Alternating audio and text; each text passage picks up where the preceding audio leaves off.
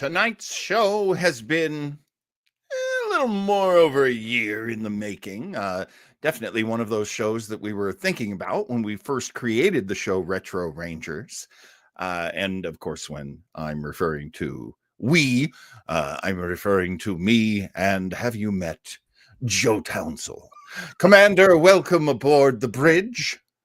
Thank you, Captain. I'm a little caught off guard. I'm always so pleased and honored when I make a pre-intro appearance on the show. It didn't make any sense just to talk about you, but not include you. This was a show that you and I had discussed very early on. It's one of our educational shows, but it's also very entertaining. And you have not yet seen the subject of. You haven't seen this show yet, have you? Not most of it. I did watch a bit just to prepare and, of course, to do some graphic work for it, but only enough to get that done. So no, I have not seen it. I've not seen the entire drama. Well, we've got our special guest waiting in the wings. We already have Ensign Rosario sitting at the con. Now, Raphael, which of us is the gentleman, or did you mean that to be plural? He's going to make us fight for it. It is. Tonight, we are watching a show called Enough Rope, as in give them enough rope and they'll hang themselves. And it's the very first appearance of Lieutenant Columbo. So it's weird. It's different. It's nothing that most people have ever seen, ever. But it's really good, and I find it gentlemen plural. Oh, I thought that must be the case. Thank you, Raphael, for confirming that. Yes, we should make people know if they're not aware that we're not seeing Peter Falk tonight. We're seeing a different actor play Columbo for the very first time. That is absolutely right.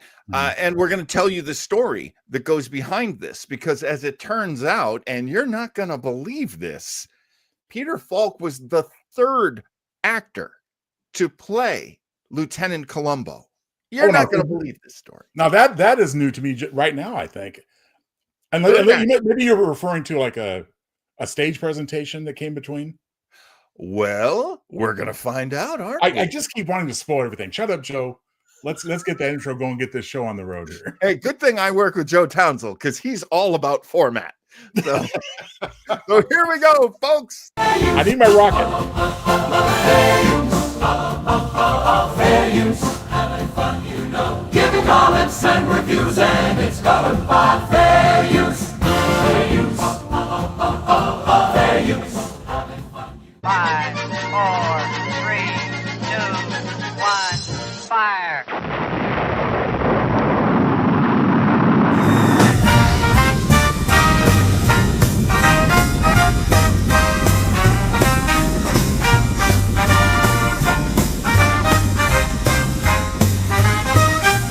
With the Retro Rangers, Retro Rangers, Retro Rangers, Retro Rangers,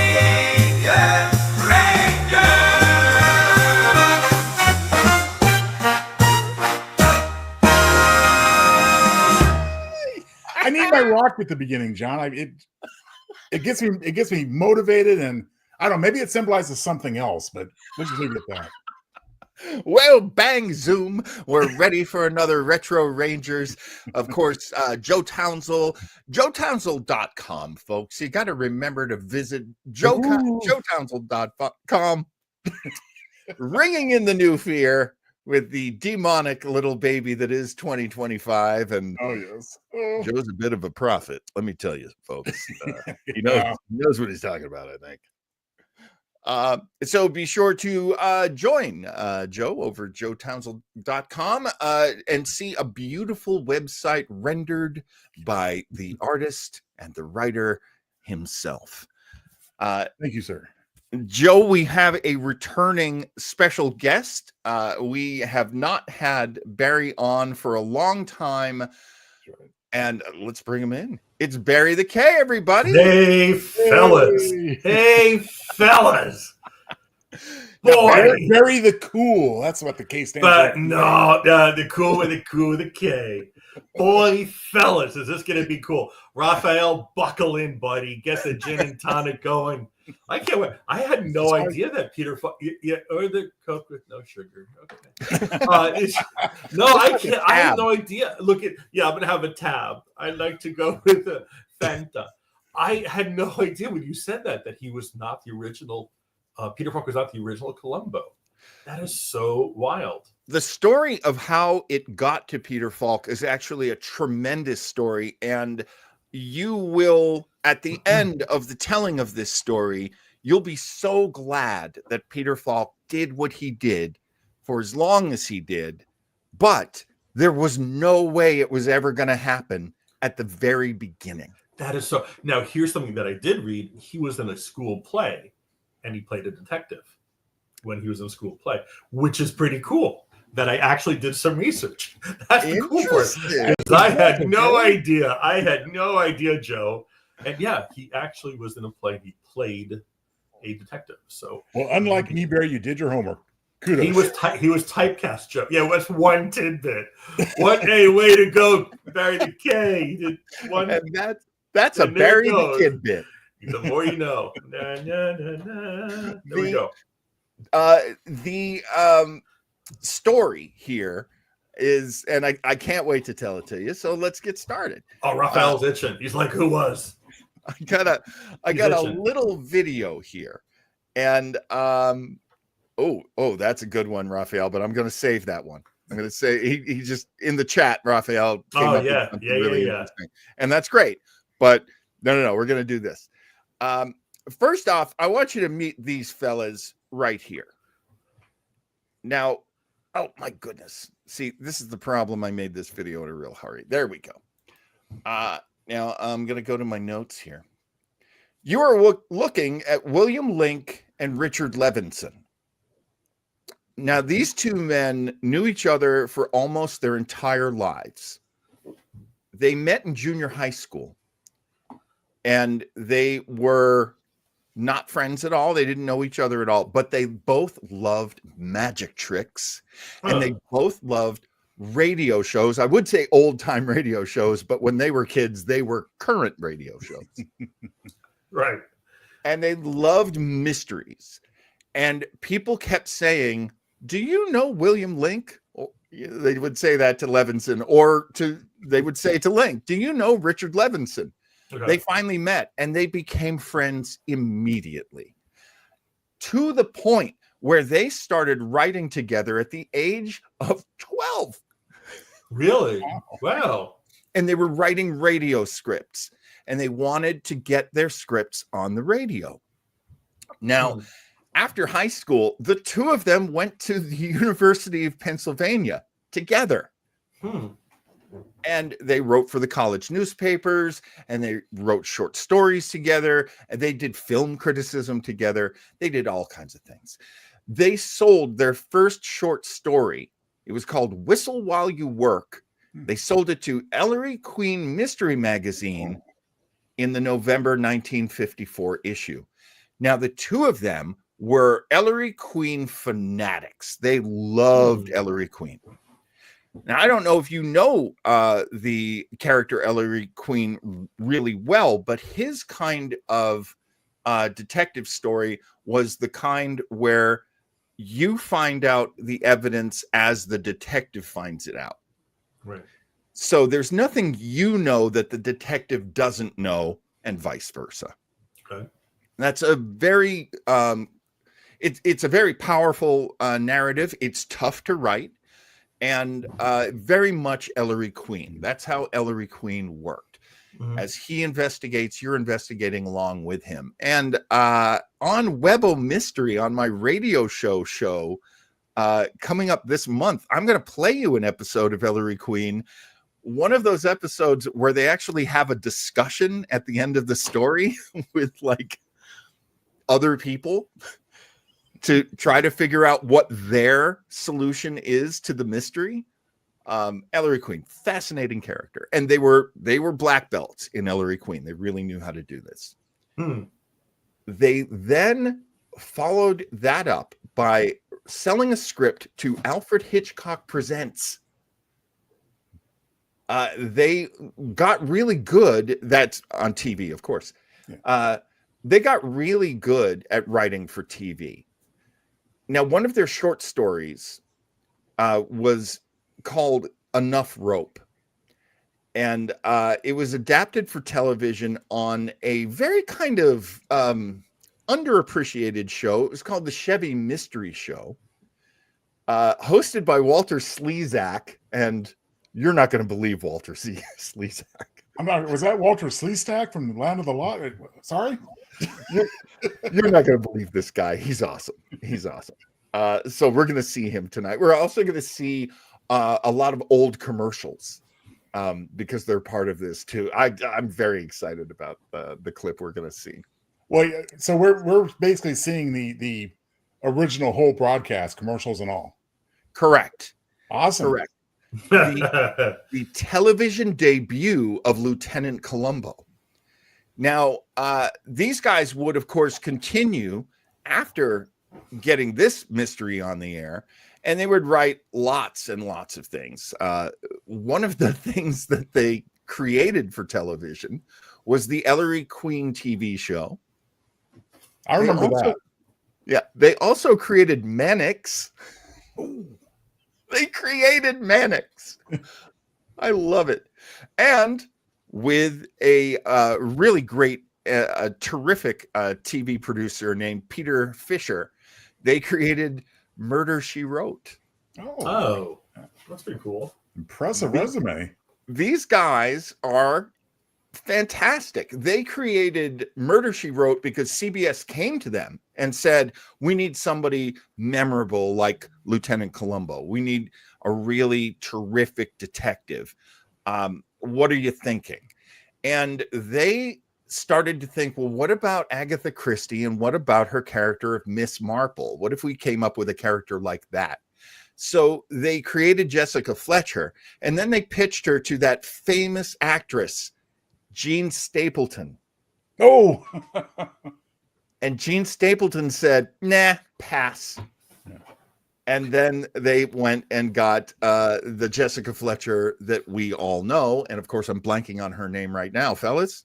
Angela Lansbury, please. Thank you, Angela Lansbury. These are two terrible movies that I loved. And these were movies that they created. One of them was 1975's The Hindenburg. Oh, not a great movie, but a good movie. Right.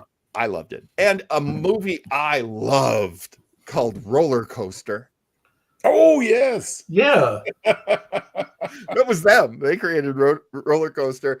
And I don't know if you guys even remember that this happened. There was a Broadway musical called Merlin, and it starred Doug Henning. Oh, yeah. Yeah. But on a more serious note, they also co-scripted the movie The Execution of Private Slovik, and they won a lot of awards for that. So these guys are really terrific writers. So and I do have a question for you, though. Yep. Why are they holding a statue of Ron Jeremy? Is beyond Oh me. my God. Why? That's Edgar Allan Poe because they both won Edgar Award. Okay. I thought it was the, I'm sorry, folks in the room. I thought it was the Ron Jeremy Award. I apologize for. I am so Yeah, sorry. I think they're a little too thin for Ron Jeremy, but now they are credited for being incredibly good at a certain kind of detective show, and actually Joe Townsend in our promo materials referred to it, which is genius, because with a Columbo show, it's never a whodunit. You already know who did it. It's a big part of the story, the crime being committed. And the people committing the crime thinking, no one's going to catch me. I'm too smart. And instead of a whodunit, this is referred to as an inverted detective story or a how catch 'em. Okay. So it's not a whodunit. It's a how we going to catch them. Got it. What else can I say? Which would have, I think, kicked off a pretty prominent subgenre actually in the years that followed. I mean, you would see a lot of that going forward. Yes. Yeah. That's true. And a lot of producers took it on. It became so huge. But let me tell you how it got there. So our good friends, Lincoln Levinson, writing together in the late 50s, sold their show to the Chevy Mystery Show, just one episode. And it was going to star this new character, Lieutenant Columbo. The very first Columbo, you're looking at him. That is Bert Freed. Wow. Okay. Now, Bert Freed was a journeyman. He did all kinds of roles. He probably played more guys in cowboy hats than you could ever Billy imagine. Jack. He was the sheriff. He was the evil father. Oh, okay. He was the father of the terrible kid Bernard. Oh, yeah. And a big, powerful dude. Bert Freed was so good at playing characters like that. Bert Freed is he was like every Western you could ever name, he was in that. Here he is in the Stanley Kubrick film Paths to Glory. Wow. That's him on the left of your screen. Yeah. So Bert Freed, probably one of the greatest character actors we ever knew. Now, Bert Freed plays him in this particular show that we're going to watch in just minutes. But Levinson and Link loved the script and they wanted to do more with it. So what they did was they decided to turn it into a stage play. What we're looking at right now is a scene from the movie Stagecoach. That is Thomas Mitchell. Thomas Mitchell, you will recognize also from a million movies. Oh. And here he is in the best years, the days of our that live with the Christmas with the savings and loan. What is it, Joe? Well, we've got to be talking about It's a Wonderful Life. It's a Wonderful Life. Thank you. Well, I said, this one sounds too simple. John's trying to trick me. I have like a mental hole where the words "It's a Wonderful Life" fall in and they never come out. It's a Wonderful Life. He played Uncle Billy. He was in Stagecoach. He was in like every movie that Frank Capra ever made. He was all over Hollywood. Thomas Mitchell. Thomas Mitchell, himself a writer and director, went to work for Levinson and Link in a stage play. It was bound for Broadway. He was playing Lieutenant Columbo, your second Columbo. So you got Bert Freed. Now you got Thomas Mitchell. Thomas Mitchell was going to bring Lieutenant Columbo to the Broadway stage. Unfortunately, while it was in previews in Washington, D.C., he succumbed to his cancer, and Thomas Mitchell passed away.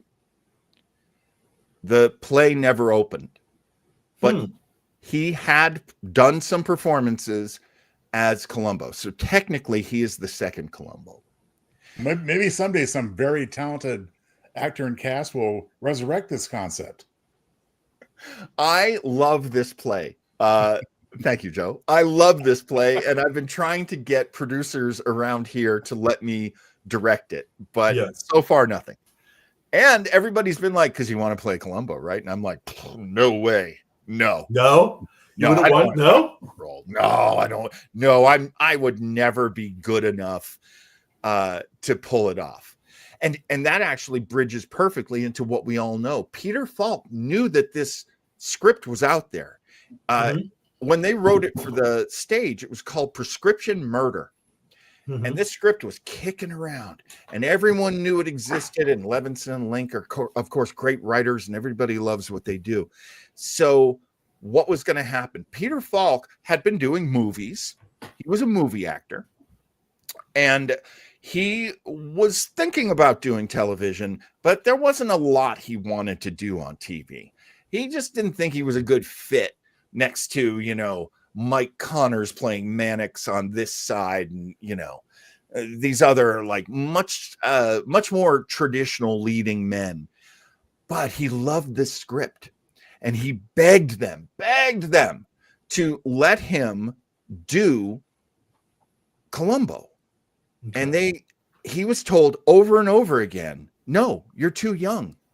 You are too young. So what Falk did instead was he created this guy who was much older than he looked, and had definitely been through some stuff, and didn't seem at all dangerous or sharp or clever, even though he was all these things and so much more. So he came up with the raincoat. He came up with the brown shoes. He came up with all of these things that we know as being Columbo. And I do want to apologize ahead of time. There's some Columbo stuff you're not going to recognize in this because it wasn't what Peter Falk decided to do with it. But Bert Freed does an excellent job. I don't think he's quite to the level of Peter Falk, but who is? Well, and it would have been a pilot effort. I mean, these things take time in television to evolve regardless. Absolutely. Yeah. As a matter of fact, to be really specific, Peter Falk did this pilot twice. The first time he did it, I believe it was 1968. I'm off my notes here. And it didn't get picked up. But people did like it. And they still said, oh, it's a really good idea. It's a really good idea. So they shot it again. And if I remember correctly, they shot it with a young punk director named Steven Spielberg. Two names that you're going to find all over early Columbo episodes, the Peter Falk episodes, are Steven Spielberg and oh my gosh, who's the guy who created Hill Street Blues? And Bochco, is that him? Steven Bochco, yeah. A lot of times Steven Bochco was writing like episode 4, episode 6. These young guys bringing what they had to this brand new franchise, but the franchise traveled a long way before it became what we know as the Lieutenant Columbo. Now, when did the show air? The show that we're going to watch aired in November of 1960. Okay. So that's clever. That's okay, because what I didn't know was that color TV was being introduced in 1960. I didn't realize how early that was. Okay. And because Joe and I have laughed about this on the show a couple of different times, because Star Trek is very much this story too. Mm-hmm. Because they're in color, they went nuts. They went crazy. Oh, really? The colors you're going to see on the screen are wild. Like, why would these colors be, in real life? Well, A, it's not real life. And B, we're really trying to make the people go out there and buy colored televisions, because at this point, right. More than 50% of the country doesn't have a color TV. I think at this point, more than like 80% of the country doesn't have a color TV. Well, I mean, it's not like people are, realistically, people aren't going to have like gently illuminated, blue and purple walls behind them. Well, wait a minute. Maybe so. So there we go. We got John Atkinson, who is a Columbo nut. He's a Columbo aficionado. So I'm so glad he's with us. And of course, Raphael. If there are no more questions, we're saving something of Raphael's. I don't know if for now or for later, but yeah, maybe address that real quick before we get going. I don't know. What was that? Well, you just said we were going to save one of his comments for a little bit later, and well, yeah, because he's asking about 007. Yeah. 007. Before we start, the one thing I was asking about the timeline, because I didn't realize. I found out today when I was kind of poking around. I didn't realize that Peter Falk, when he was going to try out for the role of Tom in The Godfather. Oh, And that was the 72. Larry. Yes, he was going to try out for Tom Hagen, and he didn't get it. And so I was kind of curious because this ran until 70 something, right? When he was he starts on the air in 71. That's when. Oh, okay. the series- So it would have prevented him if he was in film, right? Or maybe not. I don't know. I'm going to guess, Barry. I'm going to guess that when he had done it the first time and then it didn't get picked up, it was just shown as a NBC made-for-TV movie. Okay. But it was still very much in the mix, and they hadn't come up with, and this was something that Raphael mentioned, NBC mystery movies. There you go. Where you didn't have to do a show every week because they were rotating you with McMillan and Wife and all the other shows that start with Mick. All I know is I just loved it as a kid. Every week, this guy walking through the fog with his flashlight and that. I said, "Oh boy." We would get to see it very rarely when I was a little kid because we didn't get to watch a lot of adult TV. But man, I did love the NBC mystery movie. As Atkinson says, the wheelhouse format. I've forgotten that reference. That's excellent. Yes. And speaking of wheelhouse, you would have had good old Ironside. Yes. Well, I mean, no, that's Will Chair. Sorry, wrong. That's wrong. That's well, wrong, he was John. Maybe he was homeless for a while. That was his wheelhouse. That was his. Sorry, I'm sorry, John. I walked down the alley with you, and you hit me with the pipe. I'm so sorry. That's what a comedian does. I don't blame you. I should never do that. All right. And did we answer for Raphael? I mean, he may already know. He's maybe just citing it as an example, but it was Peter Sellers who was actually the first 007, correct? Barry. Oh, what's his last name? You know this, don't you? Good. Chris is here. Raphael, do you know the last name of Barry? Barry. He played him on like Playhouse 90 or one of those kind of. So would that predate Sellers' Casino Royale? It would. Okay. But only in the sense that was on a screen. Oh yeah, Chris in Nelson? there. Barry Nelson. Barry Nelson. Barry Nelson was the first James Bond, and because he was an American, I believe they call him Jim Bond. Huh. Well, they could just left off the last letters and just call him Jimbo. Jimbo. That would be the most American version. Yeah, exactly. Jimbo. Yeah. Oh, Hi, Jimbo. Jimmy. My name's Jim. Jimbo. Yeah, exactly. Licensed to flush your toilet. Yeah. Now, tonight we are going to be watching something that is not on YouTube. We're going to be watching it from the Internet Archive. And I just want to say, I'm not sure we're supposed to be watching this, but it's so good. I wish I could give credit to the guy who's presenting it. He seems to be a teacher, and he's from UCLA. So we're going to be watching something that was pretty much made for like students. But it's really good, and it's the best copy of this show. Yeah, Joe's right. We're students. We are actually. Yeah, we are. We're students of pop culture. Students very of much love. so. Students And of if I knew the guy's name, I would include it and give him credit. It's clear that he is so nervous while he's doing his little speech about this. love. And I think he's going to tell you some of the same things that I told you. So I didn't really do a good job keeping track of what he says.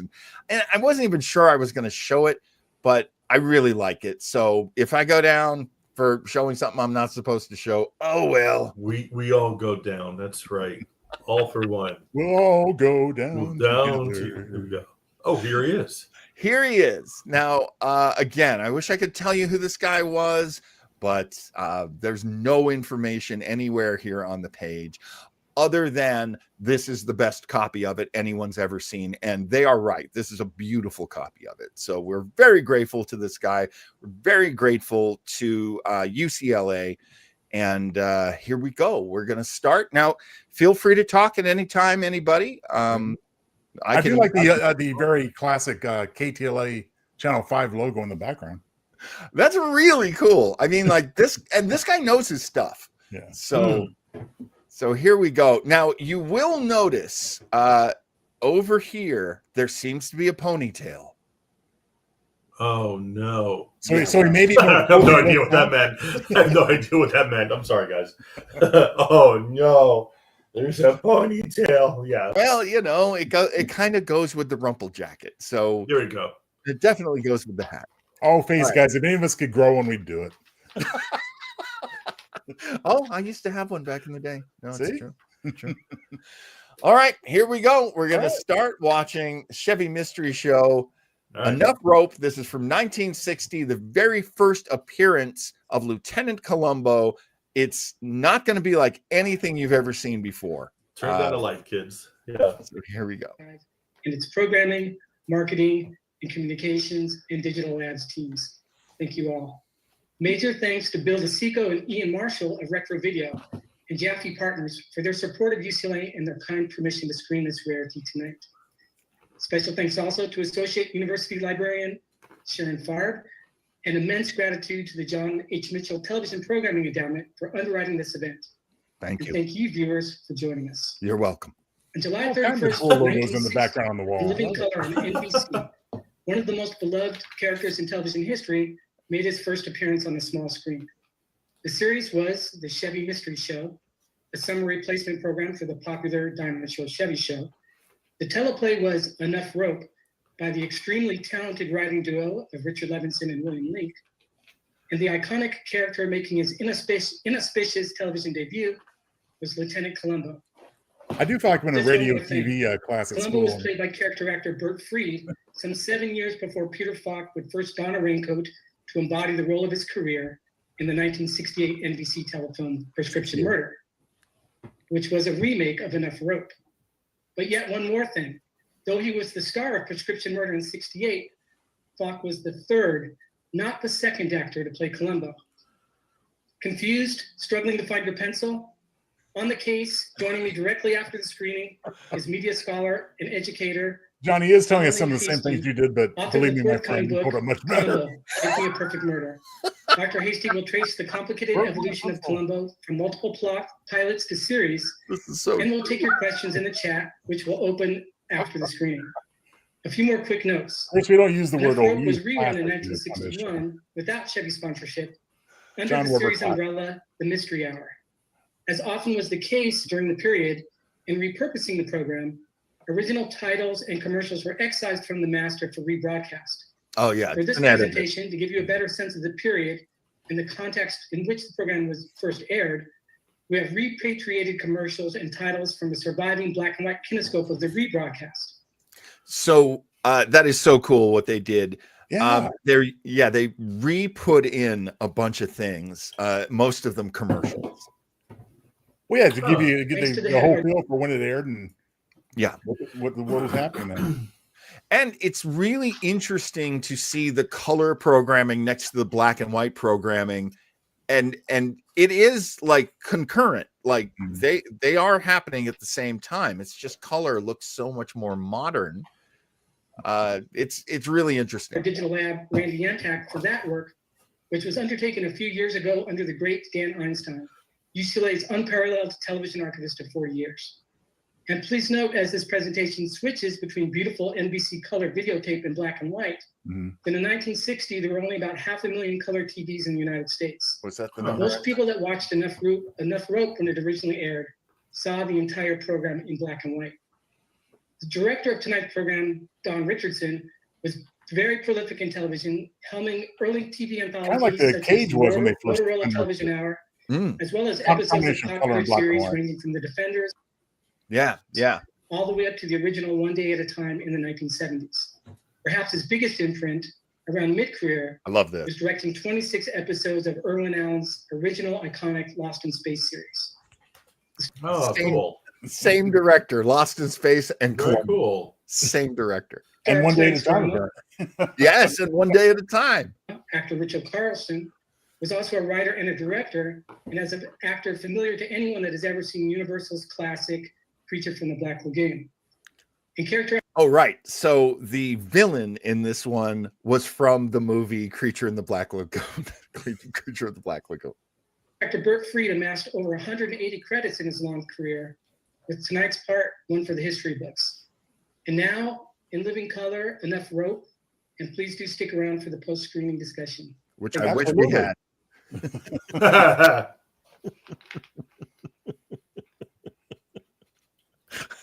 The photo of Joe back there. Yeah, that was me. Was that you? Was that you back there? Yeah, sure. Why not? Lovely photo. Lovely photo. Now, Johnny Mitchell, I don't think Oh, related. see, it's the beginning already. Brought Come to on. you in living color Ooh. on NBC. I'll be this with people watching this in black and white when they saw this. That's so Mother's office. Yes, Mrs. Ellis?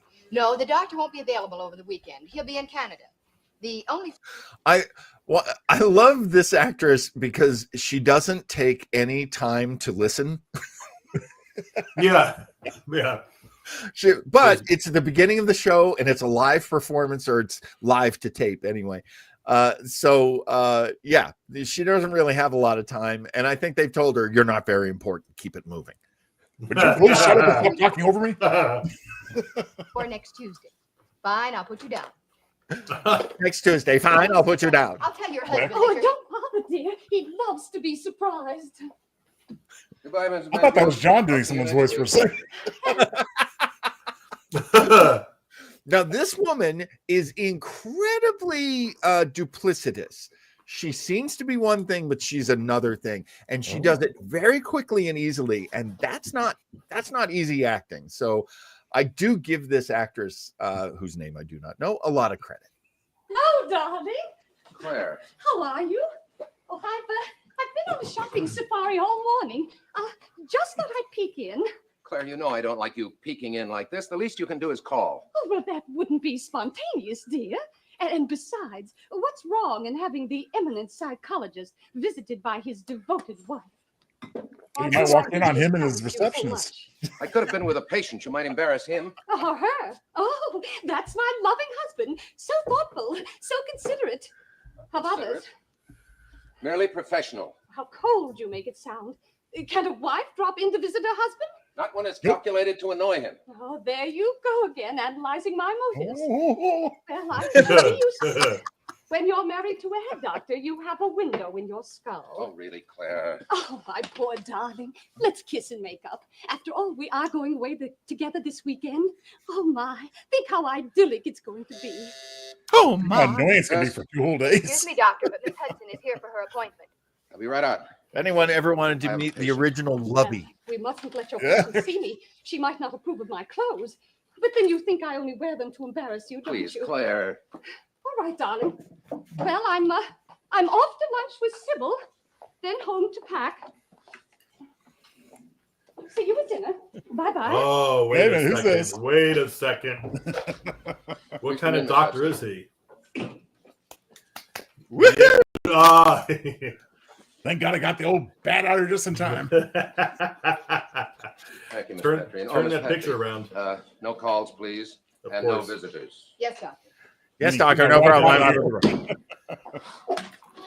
Oh, What? There must be that was a close Darling, one. I've thought of it for a long time. She'll never consent to a divorce. She gets too much pleasure out of tormenting me. Oh my gosh. Believe me, darling. This is the only way. He's so sexy, Yeah. but I'm she's impressed. You got to be strong tonight. I'll try. I'll bring you one of In Claire's the old days, you had suits to get this the other afternoon. person's consent to Put get it on divorced. tonight. well. Reminds you of like Phil Hartman's older brother. Roy, I love you. Please be careful. You can't afford to make any mistakes. My darling, don't worry. There won't be any mistakes. How do we not know her? She is good and really beautiful. Now, they went heavy on the makeup, but again, it's in color.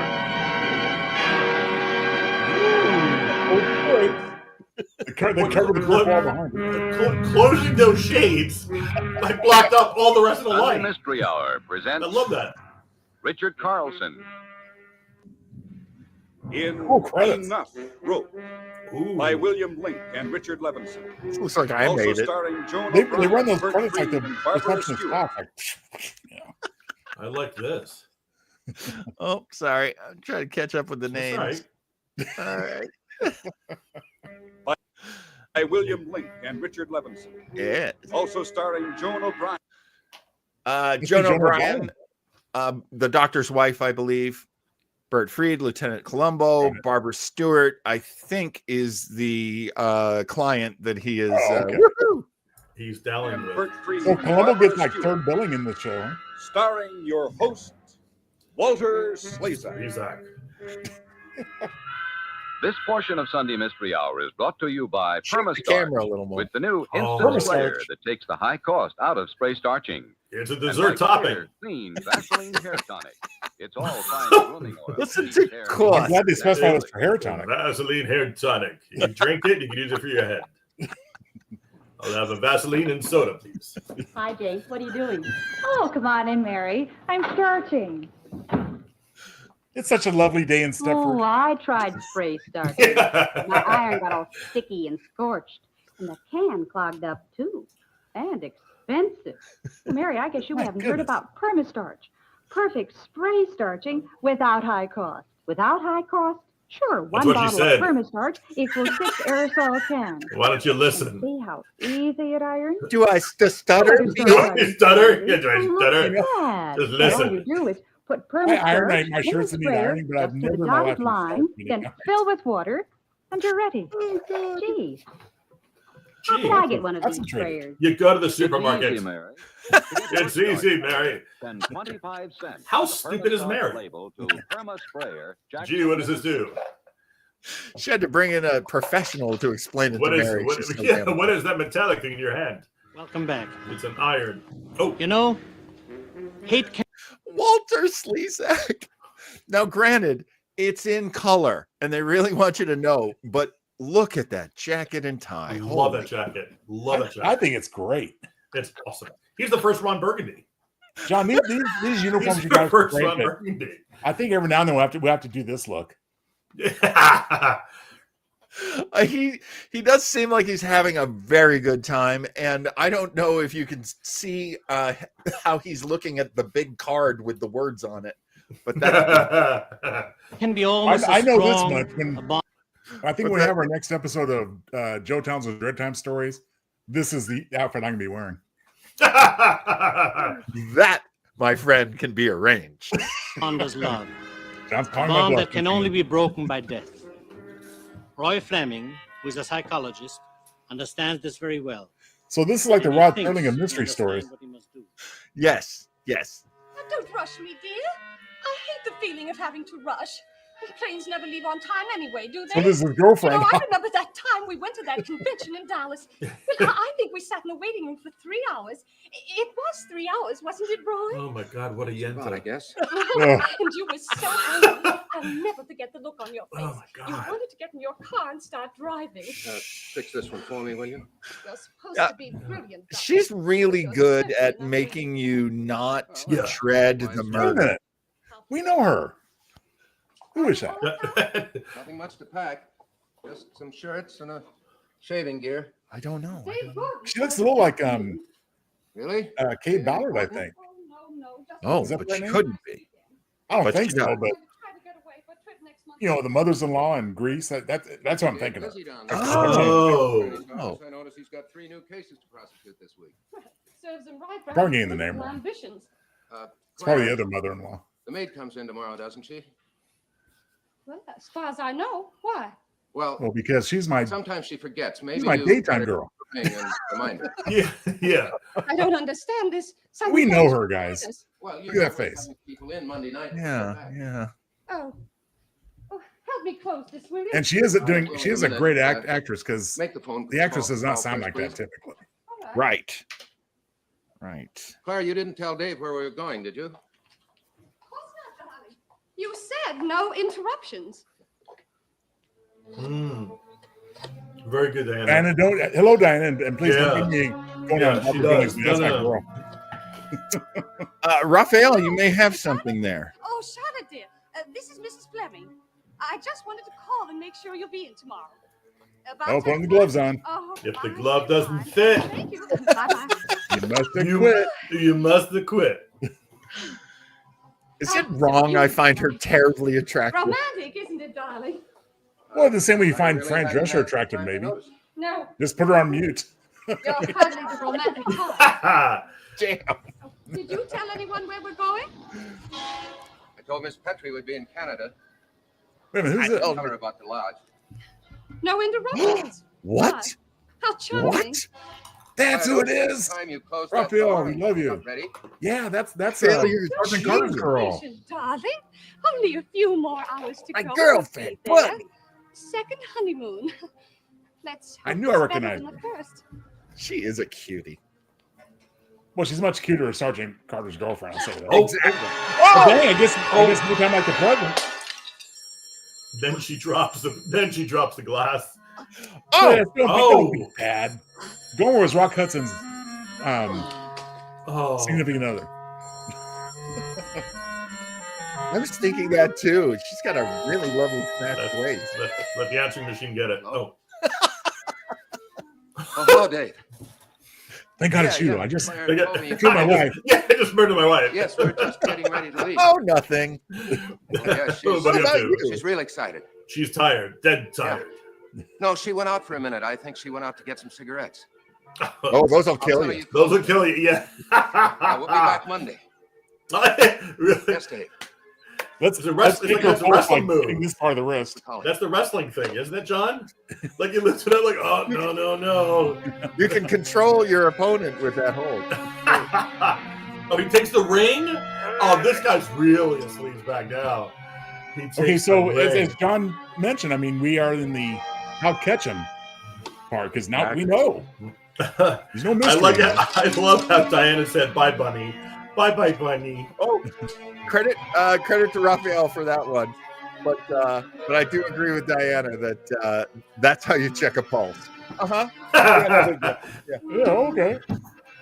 I still think it's On a the wrestling phone move. here, That's what I was wrist. going for. Yeah, the only mystery here is just why did it take him so long to kill her? I mean, he's known for the first act. Packing. The rabbit, the fox. So the best part of his day was killing his wife, and now he's gonna pack. Ugh. Well, maybe being with this girl is the best part. But this would be a close second, I'm sure. Laundry. Wait, why did he dump everything on the floor? I wonder. This is one of the first times laundry ever appeared on television. Seriously. Yeah, toilet is still 10 years away, but we got laundry. She was a yenta. That was his Yeah, motivation. Diana, you didn't come in late at all. You nailed it. Here's his motivation. She's walking in the room now. 5 minutes early. Anybody see you come up? Good girl. Wait a minute, why did he invite her up? Is she aware of the plot? I must say it looks Yes. better on you than it ever did on her. Oh my God! Oh my God! Not Susan. There's a broken bottle on the floor. Strong tonight. You dumped her purse. Pick it up. Do you know how hard it is to pick up broken glass? I'll never get Did you like dribble on the post there? Is that why you wiped it? Just don't touch anything. Don't touch anything with your tears. Can I touch my chest? Oh. Please. Easy there. Okay, she touched the door. I'm going to count how many times she touches something. What are you doing with those? It's got to look like a robbery. There's a lake about 3 miles from that lodge. Somebody stole our Someone laundry. needs to be at the bottom of it. Yeah, Along with the someone rest. stole her dirty clothing. Susan's hat. Wise words from DJB. Never show the side piece your murdered wife. Yeah, don't annoy him, sweetie, because you never know. Hey, the boater hat's back. And this. Oh, so she's going to pose as the wifey? Yep. Oh. That's why I took the ring. I get it. Oh. I love this actress. She's doing some work. Wearing a dead woman's hat. Oh. All right, Don't hyperventilate. Don't touch anything. Oh, There's two. Yeah, like if a murderer tells you don't touch anything, you damn straight I'm not touching anything. I wouldn't be walking on the floor. I'd do something. Seriously, the floor is lava. The floor is lava. Step. Do you have Step off toe the floor. prints? Oh, God. That's for toe prints. Okay, I love the separate beds, by the way. Well, this is the 60s. Yeah. I'm guessing they Don't used tell to me have you forgot. one bed, but Oh, they want to. He wants Look to at the talk to size of together. this bag. Who the hell travels with that size bag? That can't be her purse, right? this is 1960. The overhead compartments That's were like you're like kind of big carry on.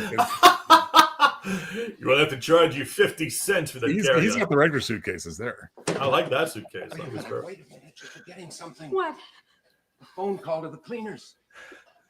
Would they be closed this time of night? They're not going to clean that But up. I told you, they have an answering service. an answering service. It's technology. Oh, she was going to I'll make a get phone call. You look No, up the she's- number. Madison Cleaners. The line is dead. I agree with Barry, but you wouldn't hurt to ask if they'd clean up the mess in the. I don't do windows. I don't do dead bodies. I don't do ovens. Chris, I know- Lucy, and Ricky had their beds pushed together, and it was time to conceive little Ricky, but otherwise they were. Yep. The Great Divide. Now, John Atkinson is absolutely right here. This script was done Wait, what? as Who- prescription oh, murder. Peter Falk actually shot Prescription Murder twice. He did 2 pilots. I can't do it. Susan, you've got to. You've got to. Hello? Why are the Hello, cops Madison coming? Cleaners? Louder, like Claire. This is Mrs. Fleming. Apartment 6, 711 West 9. More annoying. I More have a annoying. bundle of laundry and some things to clean. That's all the details. Do it They'll like be you're in a outside the musical. door. Would you please have someone pick them up first thing in the morning? Oh, and by the way, there's Apartment a 6, corpse yes. here at the hallway too. Yes, thank you. By the way, I'm dead. I'm dead now. I hate to say it, but his girlfriend just can't bring herself to be annoying like the wife was. I Then mean, when you come back from I the don't airport, love using this phrase, but this has really killed her lady and a boner. hat, roll it up into the bundle. You don't have to come into the And she was apartment, expecting it just to too. the front door. I mean, Sunglasses. That used to be a great band name. Gosh, you like carrying like all those bags in that in the laundry. Chris brings up a good fact. This establishes time of death because Yeah. the answering service will know what time she called. Oh. And this is long before any kind of DNA testing or anything, right? Yeah, I believe so. I think Hello. they kind of did a takeoff of that concept in Death Becomes You. You can see a lot of scripts started in this one. Levinson and Link wrote Dr. a and lot. Mrs. Fleming. Round trip ticket, flight 14, Toronto. Returning Monday. Would you weigh in your luggage, Doctor? Oh, yes, of course. Yeah, here it is. Yeah, that's my luggage. You're 13 pounds overweight. That'll be I'm- $5. Should have put those body parts I'm, in there. and I'm 7 inches too tall. What does that have to do with the flight? Mrs. Fleming? Mrs. Fleming. Mrs. Fleming. Oh, Hello. No. Could you be more Gosh, Fleming, annoying? you have 17. Have a softened your pleasant voice Very considerably much. since the last time you flew. Yeah. Cigarette machine. I like the cigarette machine with like you can't see the Yeah, cigarettes. exactly. Harry Walker, flight 14. Who's this joker? Yeah, if your name's Nobody, I guess. Dr. and Mrs. Fleming. Thank you. I love when they make Please like a fasten your seatbelts. like a cockpit in or a plane on a set like this. Let's get started. Well, if you feel like that, why'd you come in the first place? I really don't know now. I love the size of that pocket Let's face fold, facts. You too. never wanted to make this trip. I bore you. That is one hell of a handkerchief. This whole thing It was my is. idea. What am I supposed to do? I've heard of a Like- pocket square, but that's like a That's- pocket tail. That's like a bed sheet in there. Spend it with your friends. Run up a bar bill. You leave my friends out of this.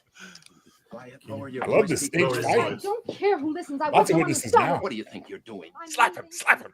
Claire, don't be a fool. Have they closed that door yet? No, ma'am, but we're just about to. Enjoy yourself. You'll have a much better time without How many me. people will get murdered now? Claire.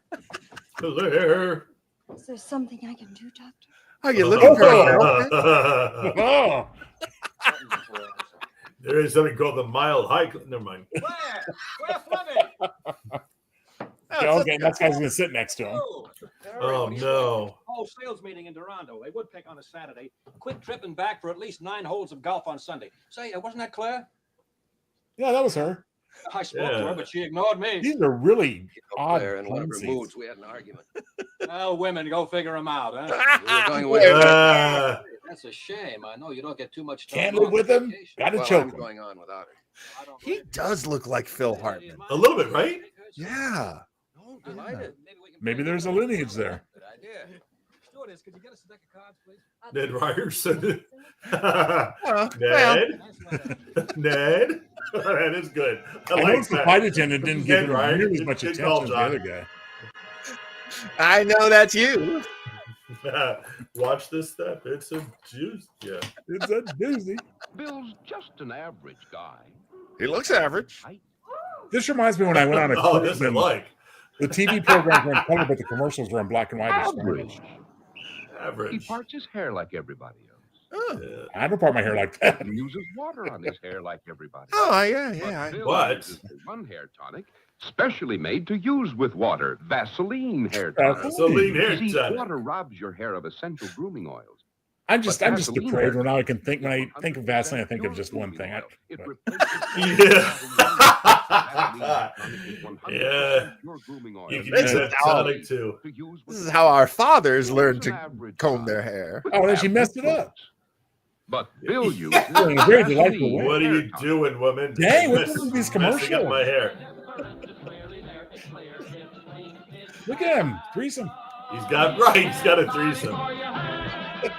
Goes right into, a Vaseline condom, There's that infected Vaseline. threesome. right into a condom commercial. There we go. If you're having, we're back to The this man guy. with an eye for detail is our psychologist, and also quite obviously an eye for a pretty girl.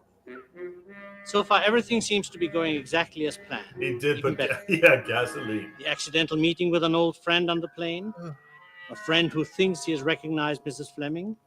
All this makes the husband's alibi even stronger. Oh, the alibi It is is now Monday morning, and Dr. Fleming is returning from his lonely weekend. Oh, a lonely weekend.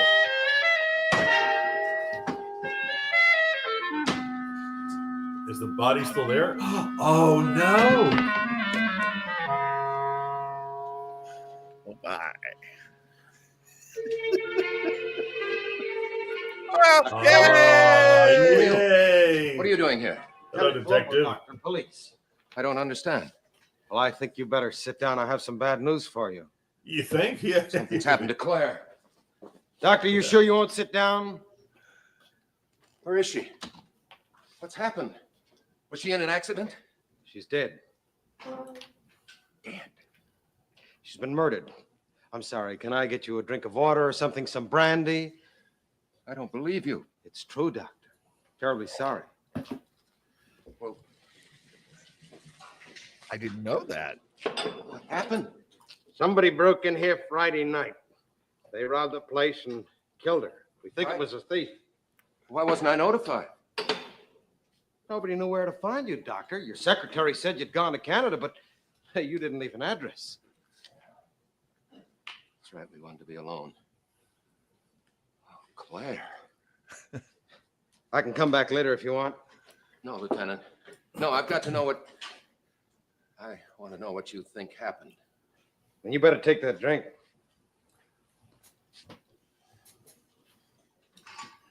They stole her dirty laundry.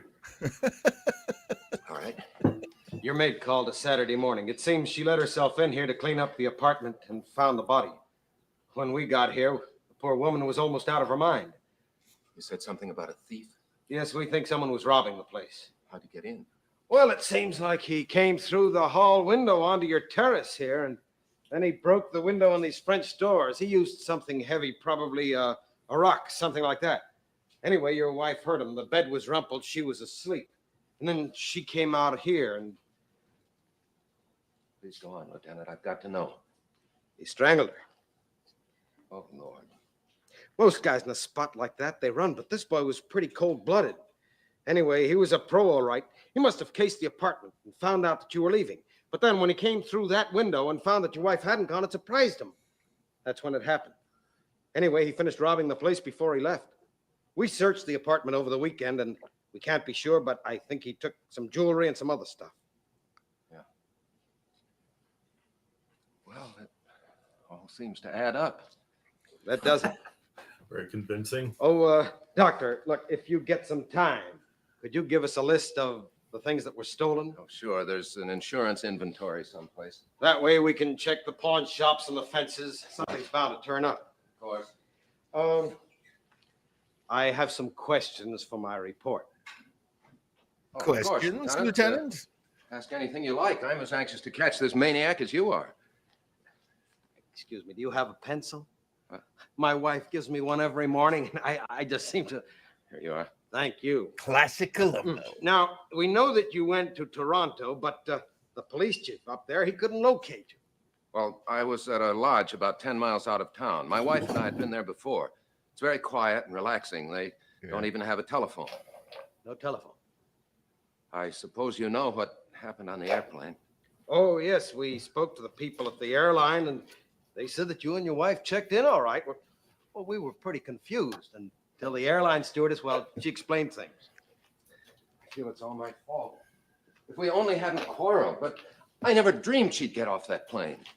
Well, she must have come directly here from the airport and gone to sleep. She was murdered around midnight. The medical examiner can't pinpoint it exactly, but we know she was alive at 11 o'clock on the plane. Well, if there's any further service I can render. Oh, Doctor, I hate bothering you, but if you don't mind, could you come downtown and identify the body, a few other formalities? Now, you'll notice that when they're far apart, their miking is different.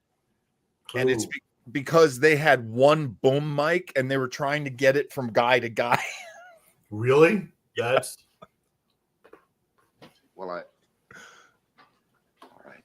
I've got a car downstairs. Oh, excuse me. Dr. Fleming? Darling, I'm sorry. I had to talk to you. I couldn't get it out of my mind. Those terrible pictures in the papers. No, Miss Hudson, I'm afraid that's quite out of the question. I can't possibly see you today. Something's come up, something of a personal nature. You'll probably read about it in the papers. You can come in for your regular appointment next week. He's sitting on the suitcase. Lieutenant, they expect me to be on call at all hours. Same with me. Yeah, exactly, Diane. How's that front page already?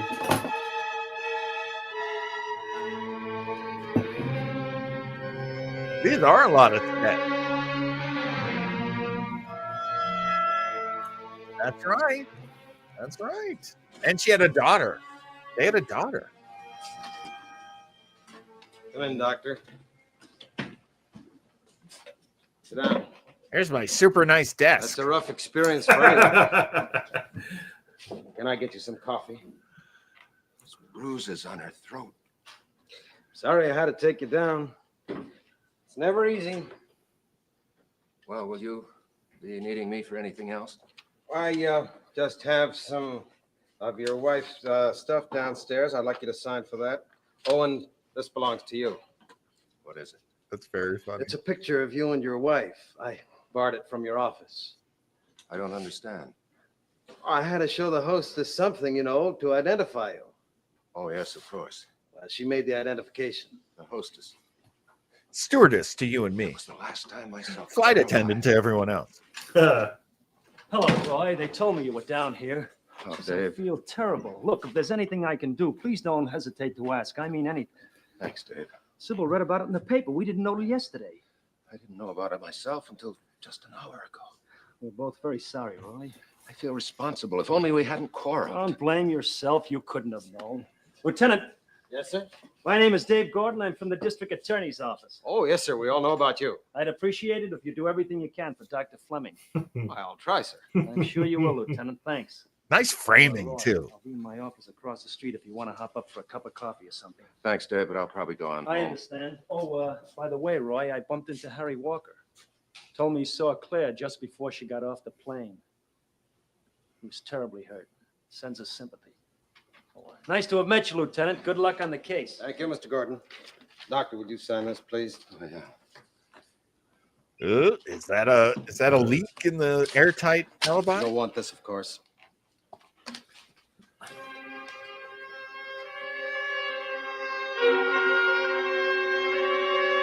And now I'll be smug. The Sunday Mystery Hour will continue after station identification. Keep up to the minute with entertainment and news on the Today Show weekday mornings. Start your day with the nation's favorite eye-opener, The Today Show. Host John Chancellor brings you a complete look at the world with late headlines.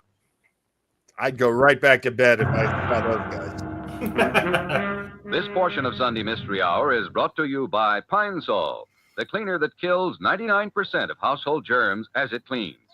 And by Crest, the only toothpaste with Floristan. The toothpaste that proved it can reduce your family's cavities in 8 years of tests. Tests with people just like you. That girl isn't Crest even with 8 years old. Floristan. That is BS.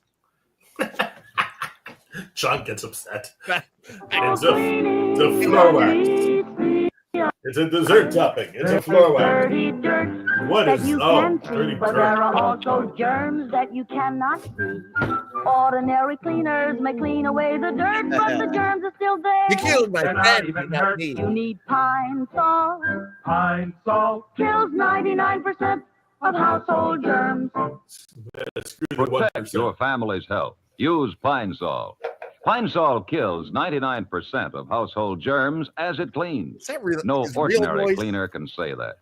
Pine Sol cleans deep, cleans fast, cleans easy. And now you can have your choice of 2 Pine Sol fragrances.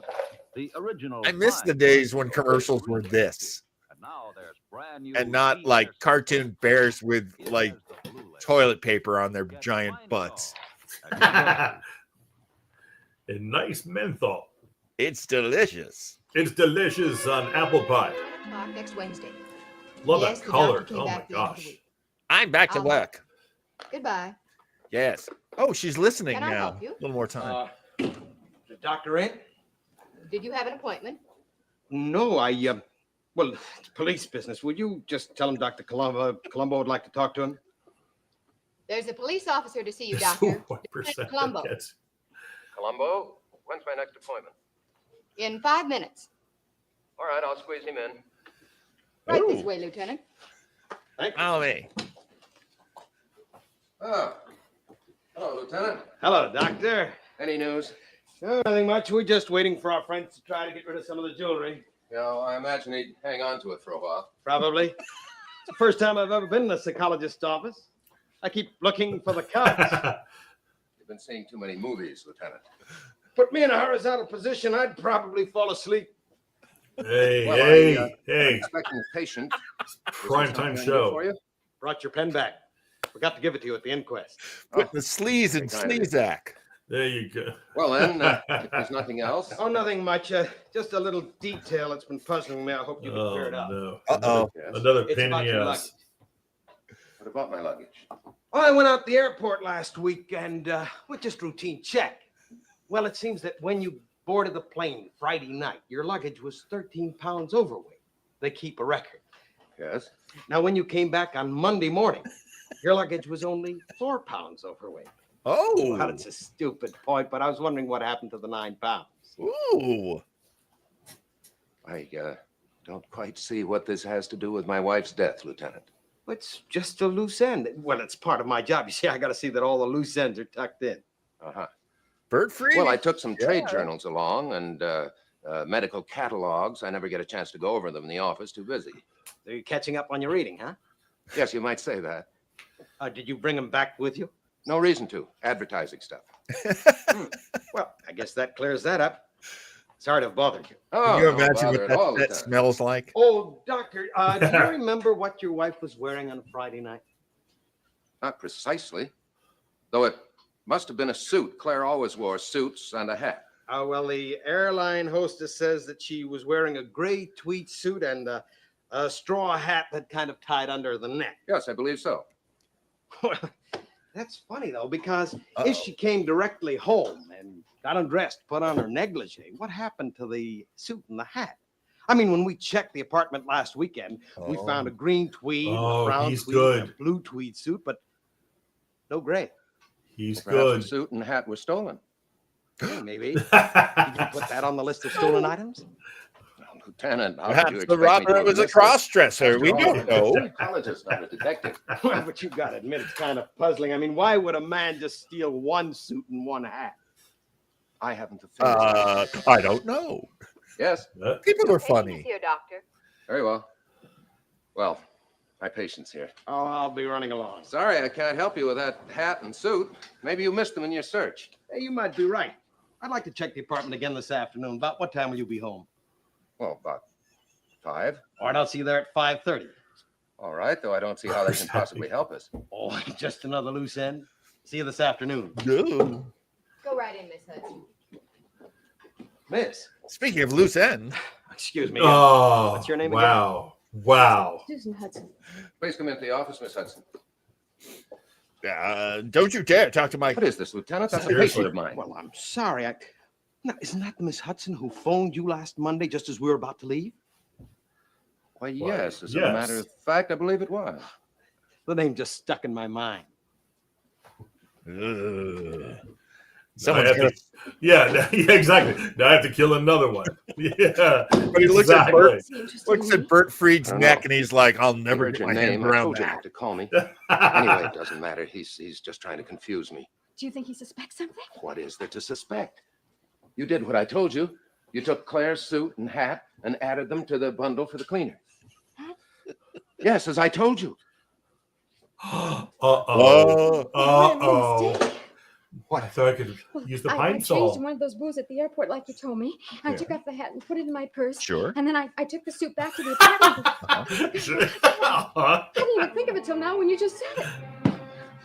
I'm sorry. Is it Uh-oh. important? He's couch slapping mad. Where's that hat now? It's still in my purse at home. I haven't used it since that night. Oh, Roy, I've messed things up. Oh, wait a minute. We're safe on the suit. That's at the cleaners. And the hat? Well, a hat's not a very... Yes, you do send us around to the cleaners. Listen. Columbo's coming over to my apartment later this afternoon to search again. Go home and get that hat. No! Then take a cab to my apartment. I'll meet you there in half an hour. Half an hour. Hurry up! Put that hat in my apartment. Why did he put her in the closet? Well, that's the back door. Oh, okay. Yeah. She knows about the back door, huh? Vaseline I'm sorry, is a Joe. sponsor. I didn't upset Joe. Oh, Well, have you got it? Yes, here it is. that'd be great if it was the wrong hat. Like, how funny would that be? It's the wrong There's damn that straw. box. Lieutenant Columbo is going to be surprised. Well, now we can stop worrying. Roy, I didn't like the way he looked at me. Oh, will you relax? He was just taking a shot in the dark, and it's That's not going Bert to work. Fried. This covers us. Darling, now we can relax. Ooh. What was that? Must be the maid. Do you expect her? No. Get in there. Oh. Yeah, that always What- works. Leave it there.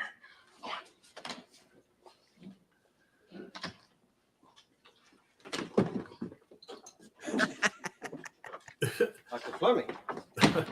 What are you doing here, Columbo? Well, I just thought I'd look for myself and save you some time. No point in inconveniencing you any more than I have to. Superintendent gave me the key. Don't you people usually require a search warrant? What do you mean, I you didn't think that people? would be necessary, Doctor. I mean, you gave me permission yourself, didn't you? Hey, how come you're back here now? Because it bothered me, too. I wanted to save us both time. Here's the hat, Lieutenant. I found it in one of Claire's hat boxes. No. You didn't find the suit by any chance, did you? No, I've turned the place upside down. It's not here. Maybe we can both look together. Ooh. Lieutenant, I just told you it's not in the apartment. Well, there's a laundry hamper in the bedroom. It's isn't there? definitely not in that closet. But I just told you. Oh, well, no harm in checking. Oh. Excuse me. Does this apartment also have a back door? Madison Cleaners. Oh. Oh, yeah. How much do I owe you? $5.60. Here you are. This guy's not even an actor. He really works at the dry cleaners. Yeah, thanks, man. That's someone's nephew. Like, you want a line? Say, is that Bert Fried over there? Here's the There you suit, go. Lieutenant. Claire must have come back from the airport and left it out for the cleaners. She was in the habit of doing that. She'd leave it outside in the hall so that they wouldn't disturb her when they came to pick it up first thing in the morning. Yeah. When they came to murder. All right. I guess you and I have wasted a lot of time on a wild goose chase. That's You'll 1960 excuse me now. for you. I've got to get back to Everything's the office. $5. Dr. Fleming. Oh, yes. He's right here. Hold on. You. Oh, I told him I'd be here. Columbo. Yeah. What? Who? What? Where? Okay, I'll be right down. What? That does it. I won't be bothering you. What's happened? We've got a confession. Some fellow just admits killing your wife. I've got to go downtown and check. I'll call you as soon as I got some more information. Funny how these things happen, isn't it, Doctor? Columbo knows something else.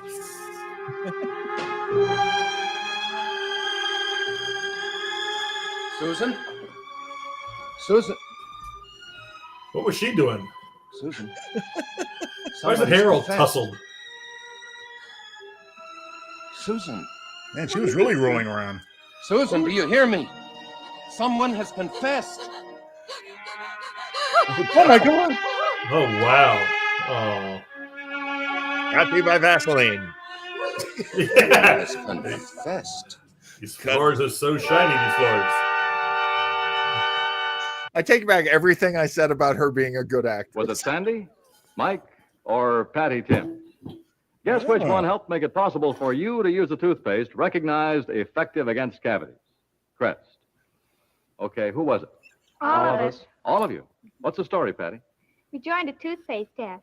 With Mother's permission, of course. Well, I did feel that all toothpaste I didn't want them were doing alike, one of but those if one unmonitored didn't toothpaste have tests. the test would be required. And was it?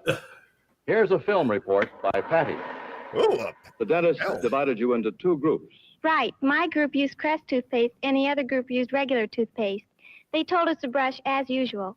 Chris isn't How did regular your group do? toothpaste. Really great. After 1 year, my group had 49% fewer cavities with Crest. What a long study. That was results like Damn. those from the Crest group.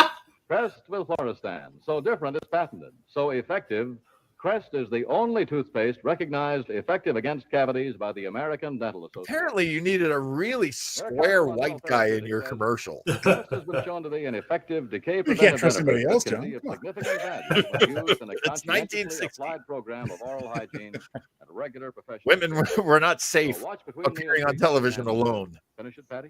Have regular checkups and brush often. With Crest, of course. Crest with Floristan, Well, the teenagers only do all toothpaste those. recognized effective against They're cavities. like little no. adults. The rest of her life, she could never go to a dentist because they'd be like, Right. oh, Oh yeah. Almost the whole working week has gone by. Now, is this guy smoking just Every because detail is Columbo's planned. smoking, or he'd actually smoke himself? I think he's Every a detail, smoker. that is, except that strange, unexpected confession. Of course, this could be another stroke of good luck for Roy Fleming. He seems to be having nothing but good luck so far. He looks like he's recovering from a And stroke again, a little bit. Who knows? He's It's just the hair. Oh, It's just the He hair. Good opens in luck. the apartment the following morning. he's just mad he didn't get to be Columbo. Yeah, maybe he has Bell's palsy. I've had that, so I know. You wanted to be Columbo too, Joe? Oh shit, maybe. No, I've had Bell's palsy before. Oh, it would be Columbo. Like that's. Oh. Wait a minute. Wait a minute. Someone's breaking into the joint. Is that the dry cleaner dealer? What happened then? Like I said, she came out. I didn't think she'd be home. You mean Mrs. Fleming? Yeah. She was wearing this nightgown. Well, go on. Why is he Well, the second confessing she to saw me, murdering she her? started to yell her head off. So I ran up to keep her quiet. It's not I Pat put my hand Harrington, over but her it mouth, looks she like got him. away. She was backing down, and I was following her. And I got a hold of her, and I strangled her. You know, As one does. Here, sit down. Tell us what happened next. Yeah, sure. Like I said, I began taking things. Yeah, lots of stuff. Silverware, fur piece. Yeah. One of them cigarette lighters on the table and the Yeah, jewelry. that's it. Take any money? Yeah. Sure. She had about $30 in her purse. So we got a How'd you Phil do with the Hartman stuff? look-alike. I fenced it. And we're doing Here, John Where Michael should I get Pitt. him? And now we have Squiggy. Tommy, how Yeah. much did they give you for it? Look, Lieutenant, how many times do we have to go over this? I told you I killed her. That ought to be enough. All right. How did you happen to single out this Could be particular? Raphael. But while I was casing the house, I saw them leaving with their bags.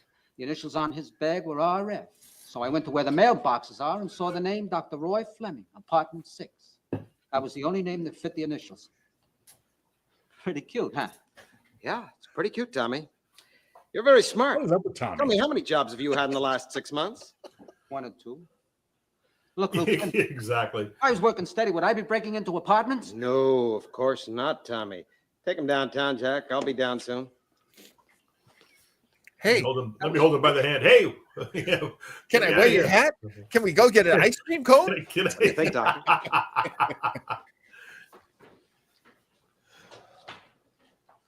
I don't believe a word the boy says. Really? Ooh, boy. He knew everything that was taken. the boy. He knew how the thief got in, what your wife was wearing. So does everybody else who reads the papers. Hey, that's true.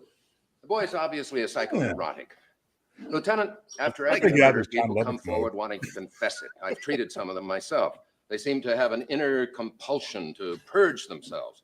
Tommy's probably got some rare, deep-seated guilt complex. Maybe he's got a girl that he wants to impress. I don't know what it He is is. a psychologist. At any isn't he? rate, his story doesn't hold up. That's You're how I got probably Malone right. to marry me. Because I when murdered he said that someone. the wife was screaming and backing up, and then he strangled her.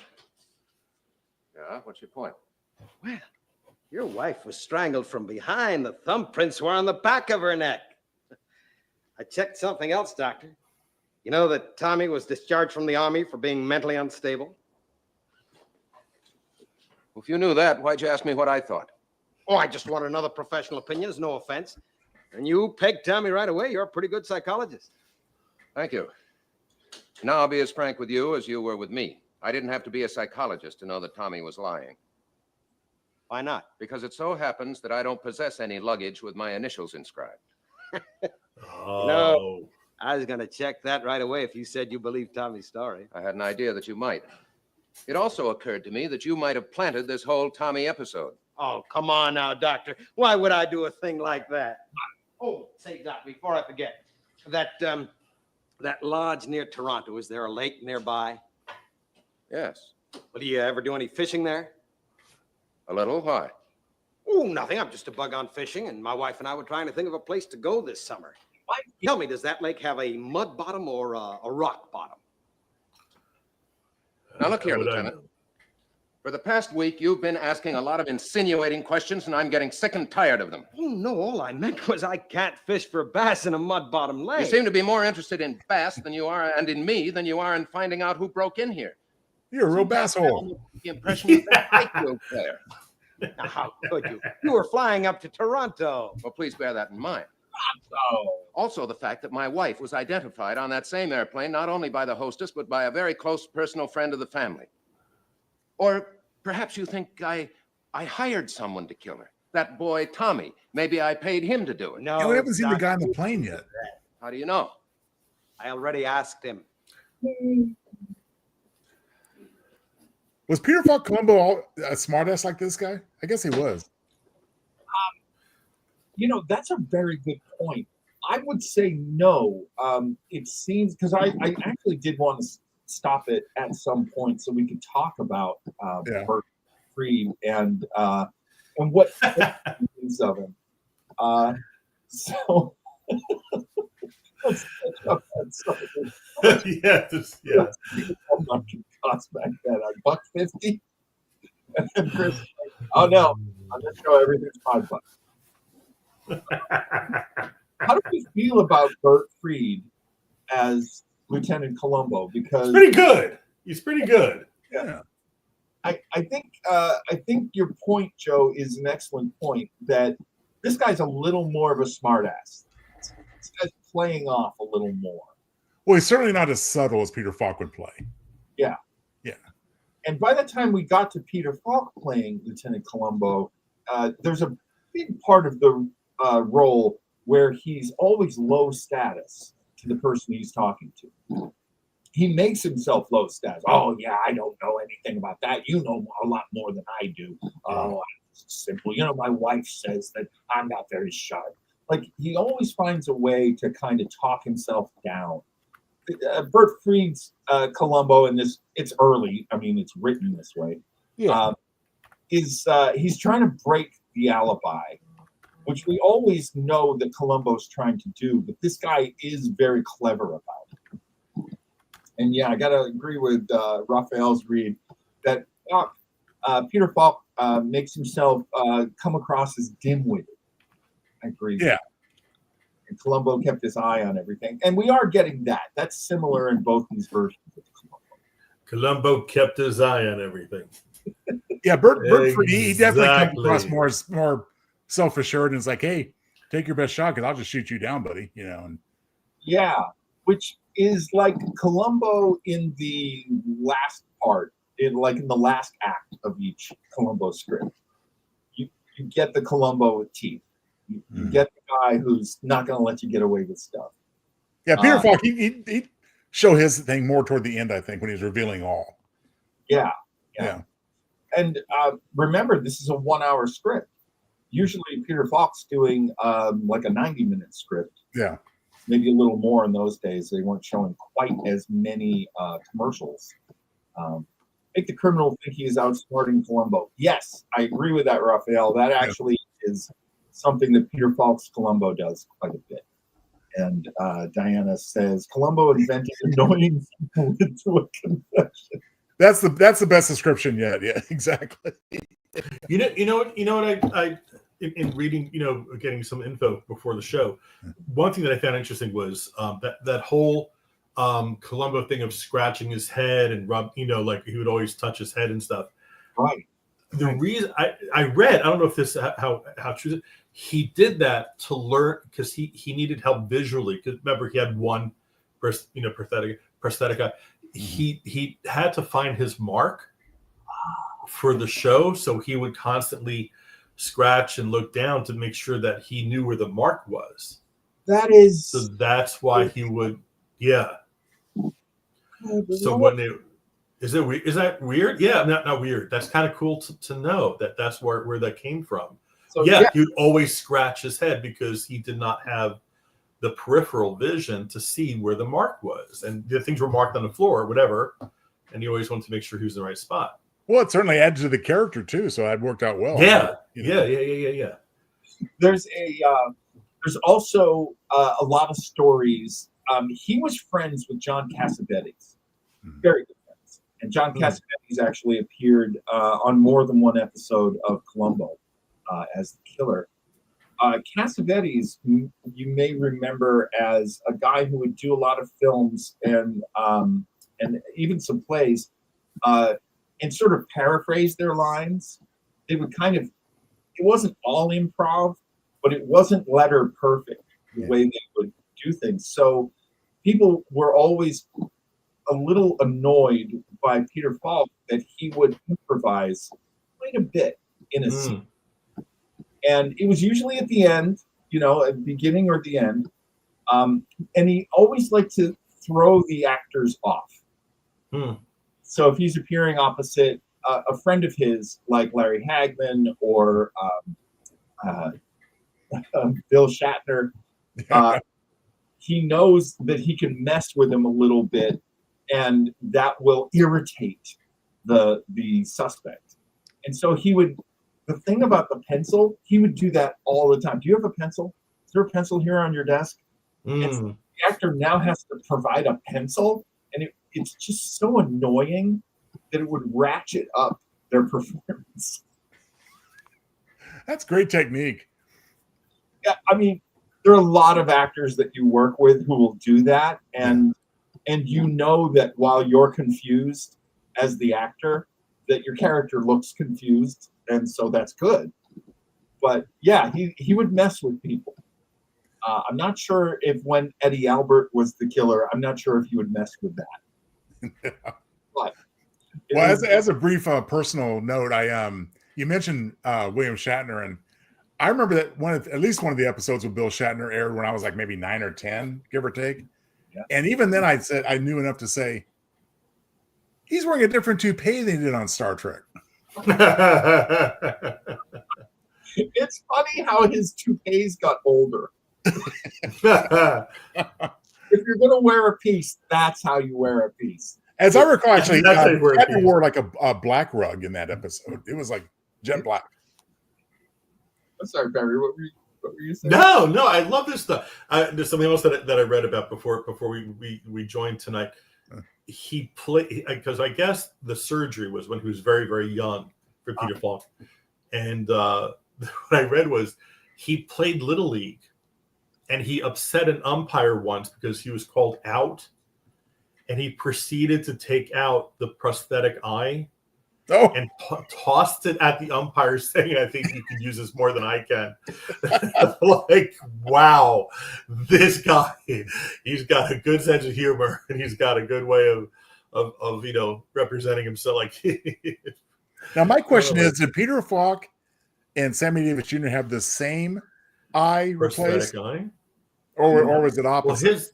Well, I don't know. And the reason I ask is if it was the same. They can never see eye to eye. That would be the same. Oh! Damn. Oh my gosh! Can you, Chris? Chris says I can do the Falk eye thing. Oh. Well, who was a comedian who used to do that, John? He did William Shatner. He did. Oh, who was a comedian? He. Oh my God. Traviella, maybe? No. He was opposite. He was opposite Tom Cruise, Lieutenant Weinberg. Pollock. Pollock, thank you. Pollock used to be able to do that too. Yeah, he could do the one eye. Yeah, moving. Kevin Pollock. Thanks, Raphael. Thanks, buddy. Oh my God. I had a friend who passed away. Oh man. Named Joe Schmo, who Joe had a. He actually used to work for WWE for a time, and he had an eye. He had a fake eye, and he used to like do a magic trick where he'd make it disappear. No. Seriously? And I'd be like, I wouldn't be really throwing up, but I would be doing like, no, don't do that to me. And he'd be like, I love everybody's expressions when I do that. Like, don't do that. Ew. I guess the big question is, did Columbo ever tell a suspect, or at least someone he suspected, says, I'm going to keep my eye on you? You ever do that? Oh, man. That would have been cool. While we are actually, no, I'll save that for the end. Yeah, I'll save all that for the end. Let's get right back to it. Let's go. Finish this up. Saturday the 25th. That's okay, Chris. That's okay because we've moved our Saturday show. It's now a Saturday show. And of course, we send our love to Jim Memorial. Good friend of Chris passed away not too long ago. Brutal. Sorry to hear that, Chris. Yeah. So so starting Tuesdays, Chris has to fulfill his promise of watching our show and somebody else's side by side, but that's okay. Chris, take your time. Take your time.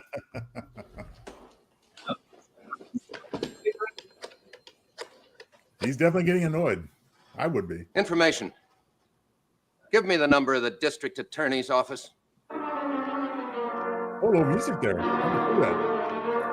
KL567. Yeah. Sarah, give me the DA. Yeah. Oh, hello, Lieutenant. Am I disturbing you? No, not at all. Come in, Mr. Gordon. Can only stay a few minutes. I just want to show you my hat. Congratulate me for what? I understand you got a notice on the Fleming case. You solved it. Nice work, Lieutenant. Solved it? No, that confession won't hold water. Oh, no? No, that boy's story just doesn't check out. That right? Trying to put one over on Columbo, huh? We figure to trip him up sooner or later. You know, you're doing a nice job, Lieutenant. Very conscientious. Our office is very pleased. Matter of fact, I was just speaking to the chief, and we both feel that you should be reassigned to something. Something a little bit more important. Well, what about this case? We thought Sergeant Green could wrap it up. Sergeant Green, he's too green. I say. Iota. I told him you'd drop off your files. So long, Lieutenant. Have you heard from Dr. Fleming recently? Called me a few hours ago. Why? Oh, Dr. Fleming's a very influential man, isn't he? This is the ruse. He's not really psychologist perturbed. with an He's on excellent it. record. He's on it. And he happens to be a very good friend of mine, Lieutenant. Yes, sir. When you point one finger, 4 fingers point back. Up here in my face. You know Mrs. Fleming too, I get. Yes, I did. And the doctor loved her very much. He was What's he very smoking now? upset when she Tipperillo? died, and if you check with their neighbors, you'll find that they had their quarrels just like any other married couple. I think I've taken up just about enough of your time, Lieutenant. Don't get up. You'll hear from the chief. I don't think he was going to. Yeah, exactly. I wasn't planning on it. Oh, he broke it. He broke. He ate his cigar. I'm leaving now. Looks a little bit Doctor. like I had All tried right. the insult dog. Good night. Good night. He has his girlfriend at least one more time. Come on. And what happened to the guy who was on the plane with him? I love these things. Oh. What are you doing here, Columbo? Well, I thought you might be interested to know that I've been taken off the case. Really? Yeah, happened all of a sudden. I thought I was doing a good job. Well, that's unfortunate, Lieutenant. Now, if you'll forgive me, I have a dinner engagement. You're At the forgiven. Dave Gordons. Doctor, I was wondering if you'd like to take me on as a patient. Patient? Yeah, maybe you can give me some help.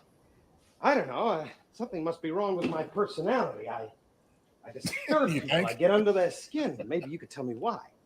I'm afraid my schedule is rather full. Well, you know, my wife says I ought to do something about it. She says that I ought to go see someone. So I told her I knew a good psychologist. Now, if I came here, let's say, once a week, maybe you could tell me what's the trouble. Now, look here, Lieutenant. I think I'm too suspicious. You know what I mean?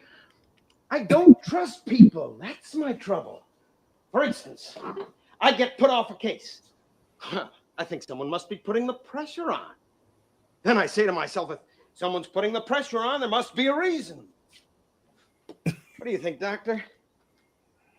I think you should get out of here. Okay, here we go. Now we're getting irritated. Slowly, I beg your pardon. You heard what I said. Get out.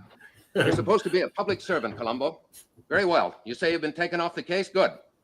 Now, if you bother me once more, I'm going to go to the commissioner. You've been making a lot of phone calls today, haven't you, Doctor? Now it's perfect.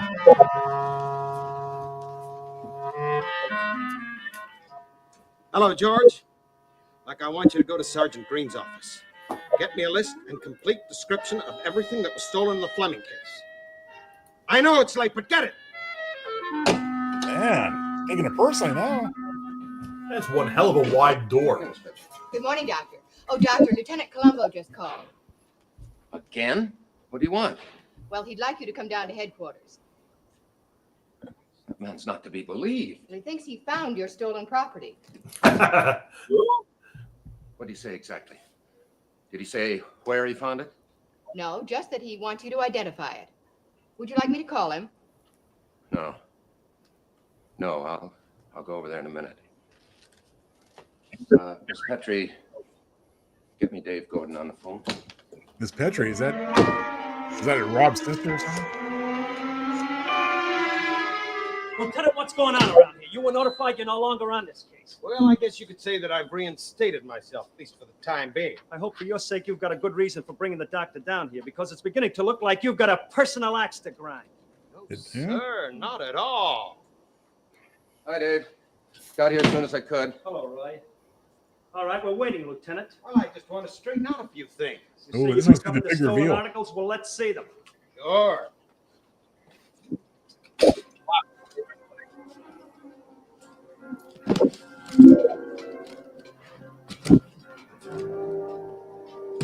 What we got here?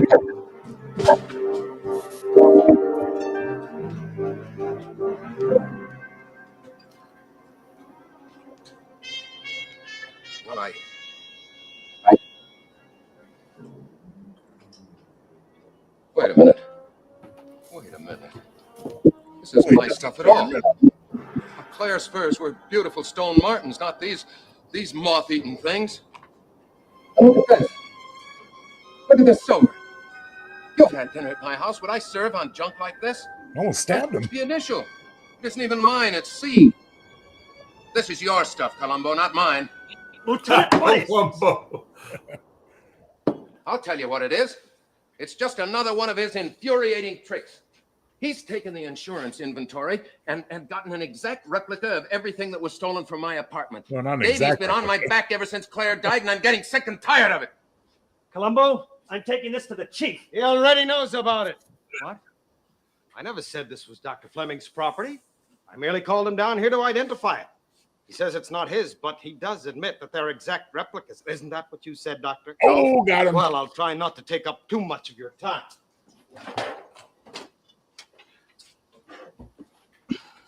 Oh, jeez. Now then, according to the list, there was a stone marten, silver service parade, a diamond bracelet, a ruby bracelet, an emerald brooch, another emerald brooch, and a ruby clip, right? So? When you boarded the plane on Friday night, your luggage was 13 pounds overweight. However, when you returned on Monday morning, it was only 4 pounds overweight. Right. The difference? Exactly 9 pounds. 9 pounds, Doctor. 9 pounds. Doesn't mean anything. That's just a coincidence. Anyway, Why would I want to kill Claire? What possible motive would I have? She was an annoying bitch. Send in Miss Hudson. Have you please. met Claire? Miss Hudson? What's she got to do with this? Whoop. Uh-oh. Alias Mrs. Fleming. Orange is the new black. Take a look at that stuff.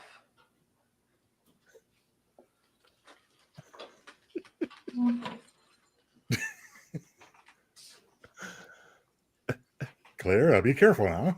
How did they find it? We haven't yet. Oh, great. We will. Our men are dragging the lake right now.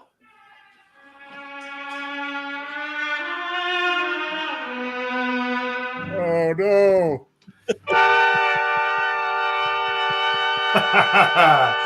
Just add the numbers to the back of that dress, Chris. Oh, here we go with the closure. There Next we go. week, Trial by Fury. Trial by Story Fury. of 2 murders and 2 trials. Only That one of sounds a little which, bit like however, Fury duty. is held in a It regular does. court of law. I'll tell you all about it present. Oh, my goodness. Wow. Oh, look at the little girls. No, Come Jane on. and Ann aren't the crest testers here. Their daddy is. You see, Crest also showed it worked for older people like the Allbrands Don't before it touch 'em. became recognized effective against cavities. The Allbrands. Jim, Don't touch him. Oh, what? Oh, no. What's we going missed on? The Indra marks. Oh, and those Why? girls grew up to be the Doublemint twins. And now you That's know the wonderful. rest of the story. Either that They or would they go were on in and that chew gum that movie. would rot their teeth. The moral of the story, says DJB, never involve the Oh. side piece. No matter how much Excellent Mojave advice. Blanche he may be. Do you think they hired Black Lagoon to search the lake? Oh, that's so good. I was thinking of the twins from The Shining when I saw those kids. Oh. And I'm going to play that- with you forever and ever. Johnny. And that, my friends, is the very first appearance of Lieutenant Columbo on the small screen. He had originally appeared in a short story written by Lincoln Levinson. And then this was a very well-liked script. When they turned it into a stage play, it was going to be a hit. I really think it was going to have a good run. Maybe not the longest run, but a good run. Yeah, Thomas Mitchell, unfortunately, they always thought that Columbo should be 60 or older. Now, Bert Freed at the time was 41. Wow. Well, I question that motivation in the character anyway. I mean, I guess it would have added something, but that's a little bit up there for this type of character, maybe 50-ish. Yeah, I think they were hoping that he would seem like a doddering old man, that it would be like getting caught by Mr. Magoo or something. Right, a little fragility there, a little experience when with was fragility. Bing Crosby approached? Was it before they went to series or? Bing Crosby was the guy that the producers who were going to. That's a great question, Joe, because I'd forgotten about that. But yes, he was part of the story.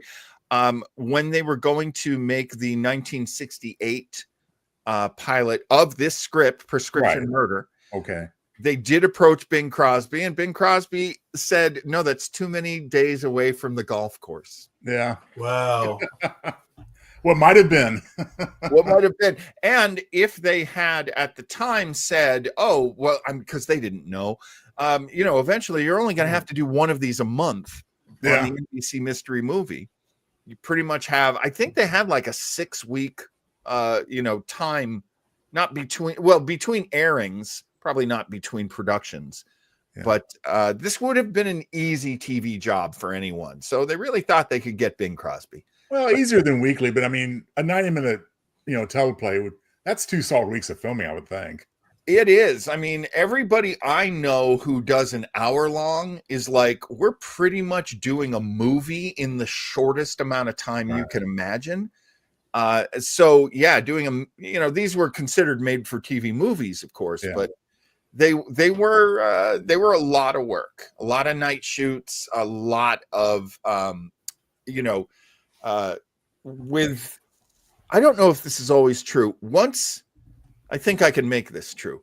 Once Columbo appears, then he's in a lot of the scenes, like almost all of them. But of course, there's always that introduction period. There's that 20 minutes or so, where they set up the crime. Now, guys, I have to ask you because I mean, I'm too busy cracking wise and making smart aleck remarks, but I must have missed the whole point of the 9-pound thing with the junk in the suitcase. I mean, was that put in there just to throw off the weight? I kind of missed that element. I literally had to watch this a couple of times before I was really comfortable with that part of the story. Okay. So my understanding of it is this. Columbo right away sees the discrepancy of the weight.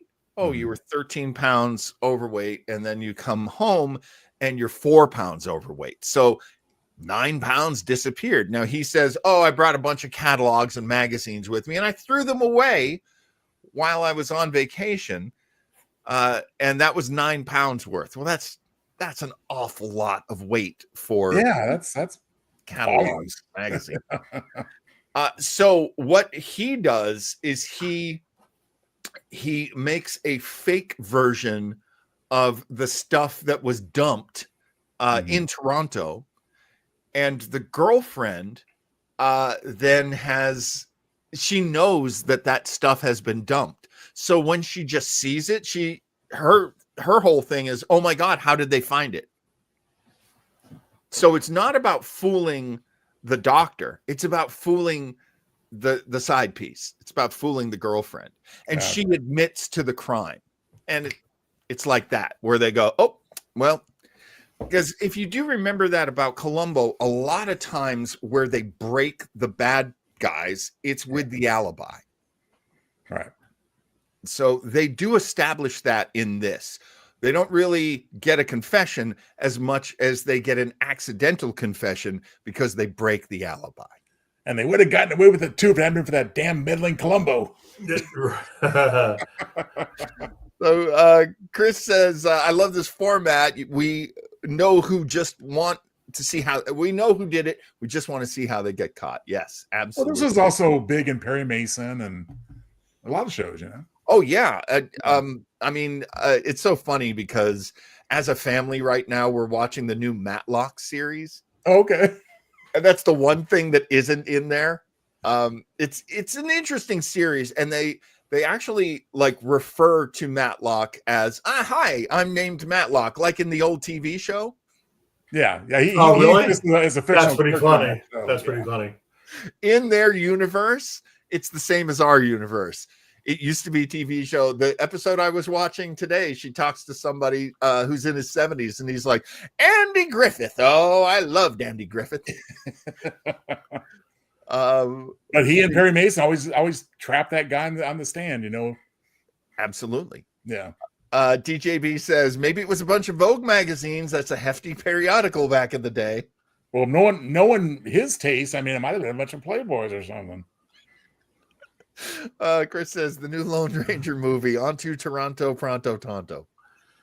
I love it. Columbo always goes for the weak link. That's another great thing that's established in this script, which reads to all the other scripts. And loving the new Matlock. The new Matlock is pretty good. Kathy Bates is the star, and she is so good. Really great cast all around in the new show. I have to wonder now, when they made Prescription Murder. Yes. Did he actually write prescriptions, or was it just misnamed at that point? Well, Prescription Murder was the title that they, because of course, yes, this one was called Enough Rope, and it had the original title when it was a short story was One More Thing. Perfect. It was actually called One More Thing. But yeah, when they settled on Prescription Murder, they thought, oh, that's the name of our Broadway show. That's the one that's going to be great. And everybody loved the script. So when it was made into the TV movie in the late 60s and then made into the pilot, they just kept the title Prescription Murder. Let's see. Chris says Kathy Bates' house in Studio City is near the current fire. Oh my God. It's horrible for everybody affected, obviously. Yeah. It is so tough. We are so lucky to have Barry on this show with us because I'm not close to the fire on this one at all. I'm very lucky. The fire we had that happened in November is still a very painful memory, and still all of this is triggering as heck. But it also helps me understand that all of our friends out here are really suffering and under a lot of threat at all points. It is really hard out here in LA. Chris, you're going through it as well because you're out here as well. But back to fun stuff. DJB says, I forgot about the new Matlock. Just set up to DVR them. You're going to like them. They're good. They are good. Yeah. Chris is in that sweet spot in the valley where he's between all the fires. But we're very thankful that you're safe, Chris, and you're getting through this. Absolutely, yes. Let's talk about. Well, let's watch something. Let's watch this. Okay. Oh yes. Oh, I love this part. The eyeballs. This is creepy proof too. That Joe is good friends with Ariana Grande. I love these spots. That's who I see when I see this girl. Honestly, I don't like that red and young. Oh, see, this gets me creepy. Are we creeping you out right now, my friend? You're creeping me out, bro. That's good though. It's good creepy. That's right. This is the year, my friends. 2025. So many bad things happening. Hey, finally a good thing. Well, I appreciate that sentiment, sir.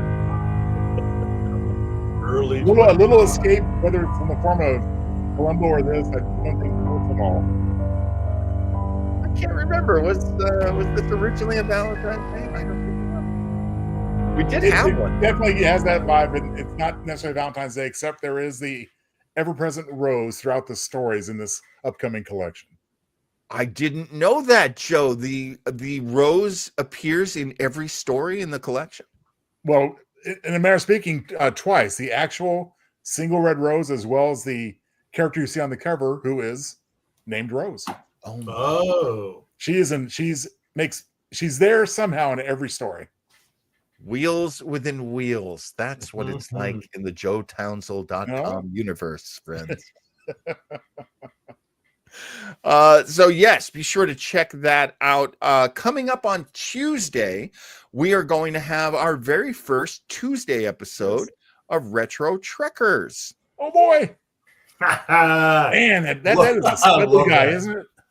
We're going back to the very, very early days. So this was the first episode or the debut episode of this TOS? was the second pilot, as we know.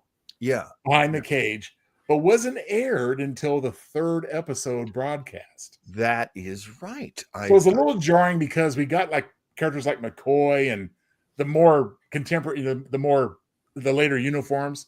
Yeah. And suddenly you just see this, it's like, wait a minute, what's going on? They've kind of changed. And then the next week they're back to normal, thank God. So wait, isn't that James T. Kirk? Am I wrong about that? Yes, this one was shot at a time. Joe, do you know the ins and outs of this one? Because I barely remember it myself. Well, I mean, it is the second pilot, which is the first one with Kirk. Yeah. There is no Dr. McCoy, it's Dr. Boyce.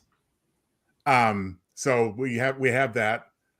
All the other characters are pretty much intact, although in much lesser capacity. Although I don't think we see her in this. She came following this. So the seeds are definitely there. I also believe that originally they were going to name him James Robert Kirk. Does that sound right? It could be. And that I know now what Diana is asking. What's up? And of course, I made a big point of embellishing it on the illustration because it's hard to see on the original. Yeah. Still, but it's one of the first. What turned out to be a continuity error. He was on his grave. He was identified as James R. Kirk, and people make fun. It's probably the biggest retcon they ever did, even now.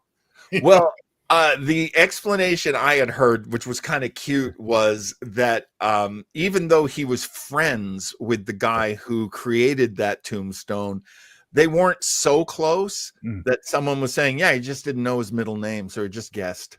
And it's akin to, for example, when we later see The Enemy Within and the crew, some crewmen, the landing party is like freezing to death on the planet.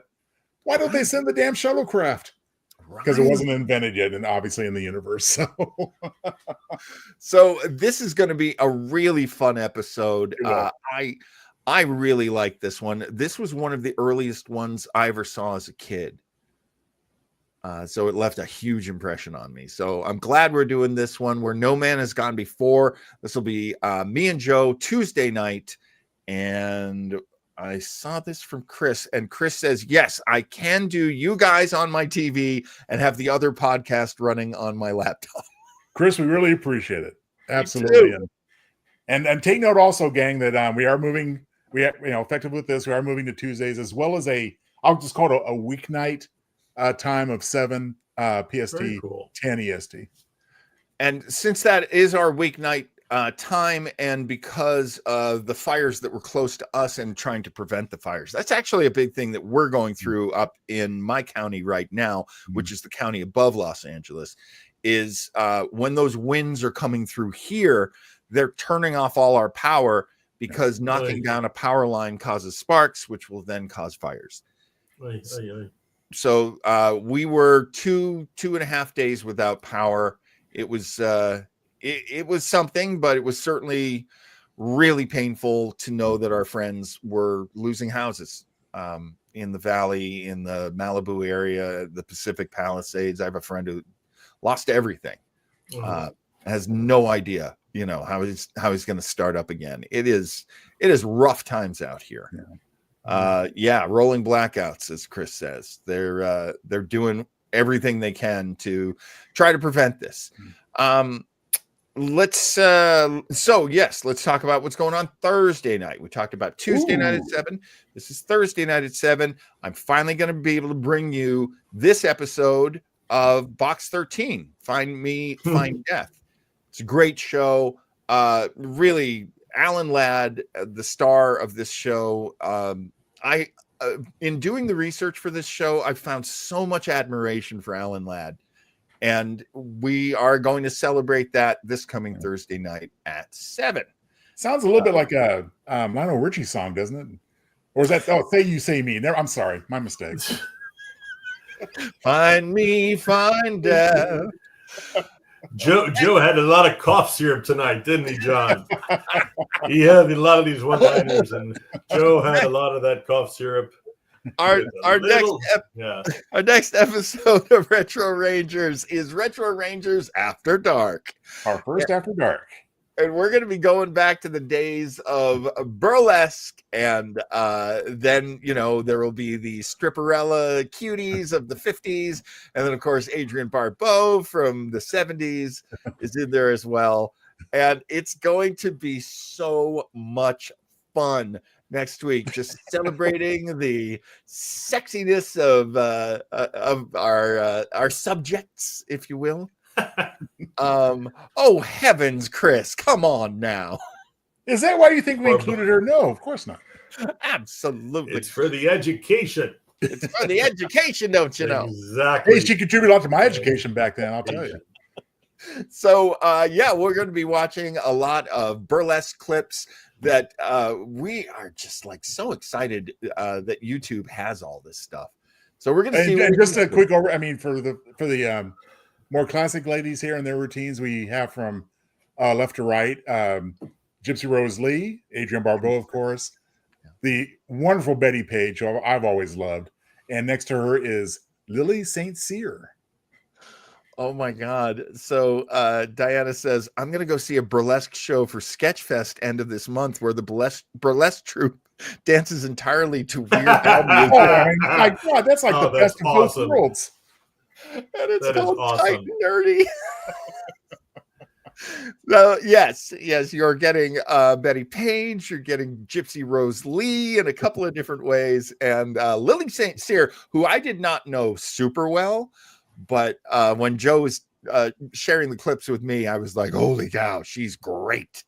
So, yes. And more commercials with Vaseline as your sponsor. Vaseline. Made to use with water. Maybe you use it with water, maybe you don't. So, yes, enjoy us for some dancing and some beautiful people on your screen, and that will be fun next Especially week. those two guys on the left, yeah. I love that stuff. I love that. Talk about beautiful That's people. Well, I'm so glad, Barry, that we had you on. I love hanging out with you guys. Thank you so much for inviting. You guys are awesome. It's so much fun hanging out with you guys on a Sunday. It's so therapeutic. And to boot, you're doing this with everything going on out there. That's what makes this amazing. Is I'm sitting here in cold New Jersey, freezing Jersey. Nothing's going. Well, it's New Jersey, so nothing's going on. But to thank you guys for doing this, despite everything going on over there in the West Coast. You guys, no, I'm not the best. They're the best. They're the best, Yeah. Diana. You know that. We For doing this appreciate and you all, keeping and- people entertained. I mean, of course, priorities are very firmly in place, but my feeling is if John and I can, give you a little break from life's goings on, then I definitely am thrilled to be part of it. You guys are fantastic. Thank you. Thanks so much. Thanks everybody for joining us in the chat. What a great chat once again, as always. And lots of love for Joyzy. Yeah, Joyzy. I thought it was What talking to you exit? first. Yeah, there are drones. But we're used to that. Raphael, who's in Joyzy as well. Oh yeah, we got a few. We'll send them your way, Raphael. Yeah. All right. So with that, my friends, let's call it a show. And please join us next week, 5 p.m. on Sunday. And we will be getting... Just that show one more time. We will be getting a little excited next week. So be sure to join us for that, won't you? And that'll do it. Thank you, Barry. Thank you, Joe. Thank you, boys. Thank you. Thanks for joining us. Have a great week, everybody. Stay safe. Grab your popcorn, warm up your TV. Captain John, Commander Joe got something to see. We're all back in time to the golden past with the Retro Rangers. Oh, it's such a blast. We're flying high with the Retro Ranger. Give it a try and don't be a stranger, Ranger. Strap yourself in for a fun-filled flight. Retro Rangers are flying tonight. Retro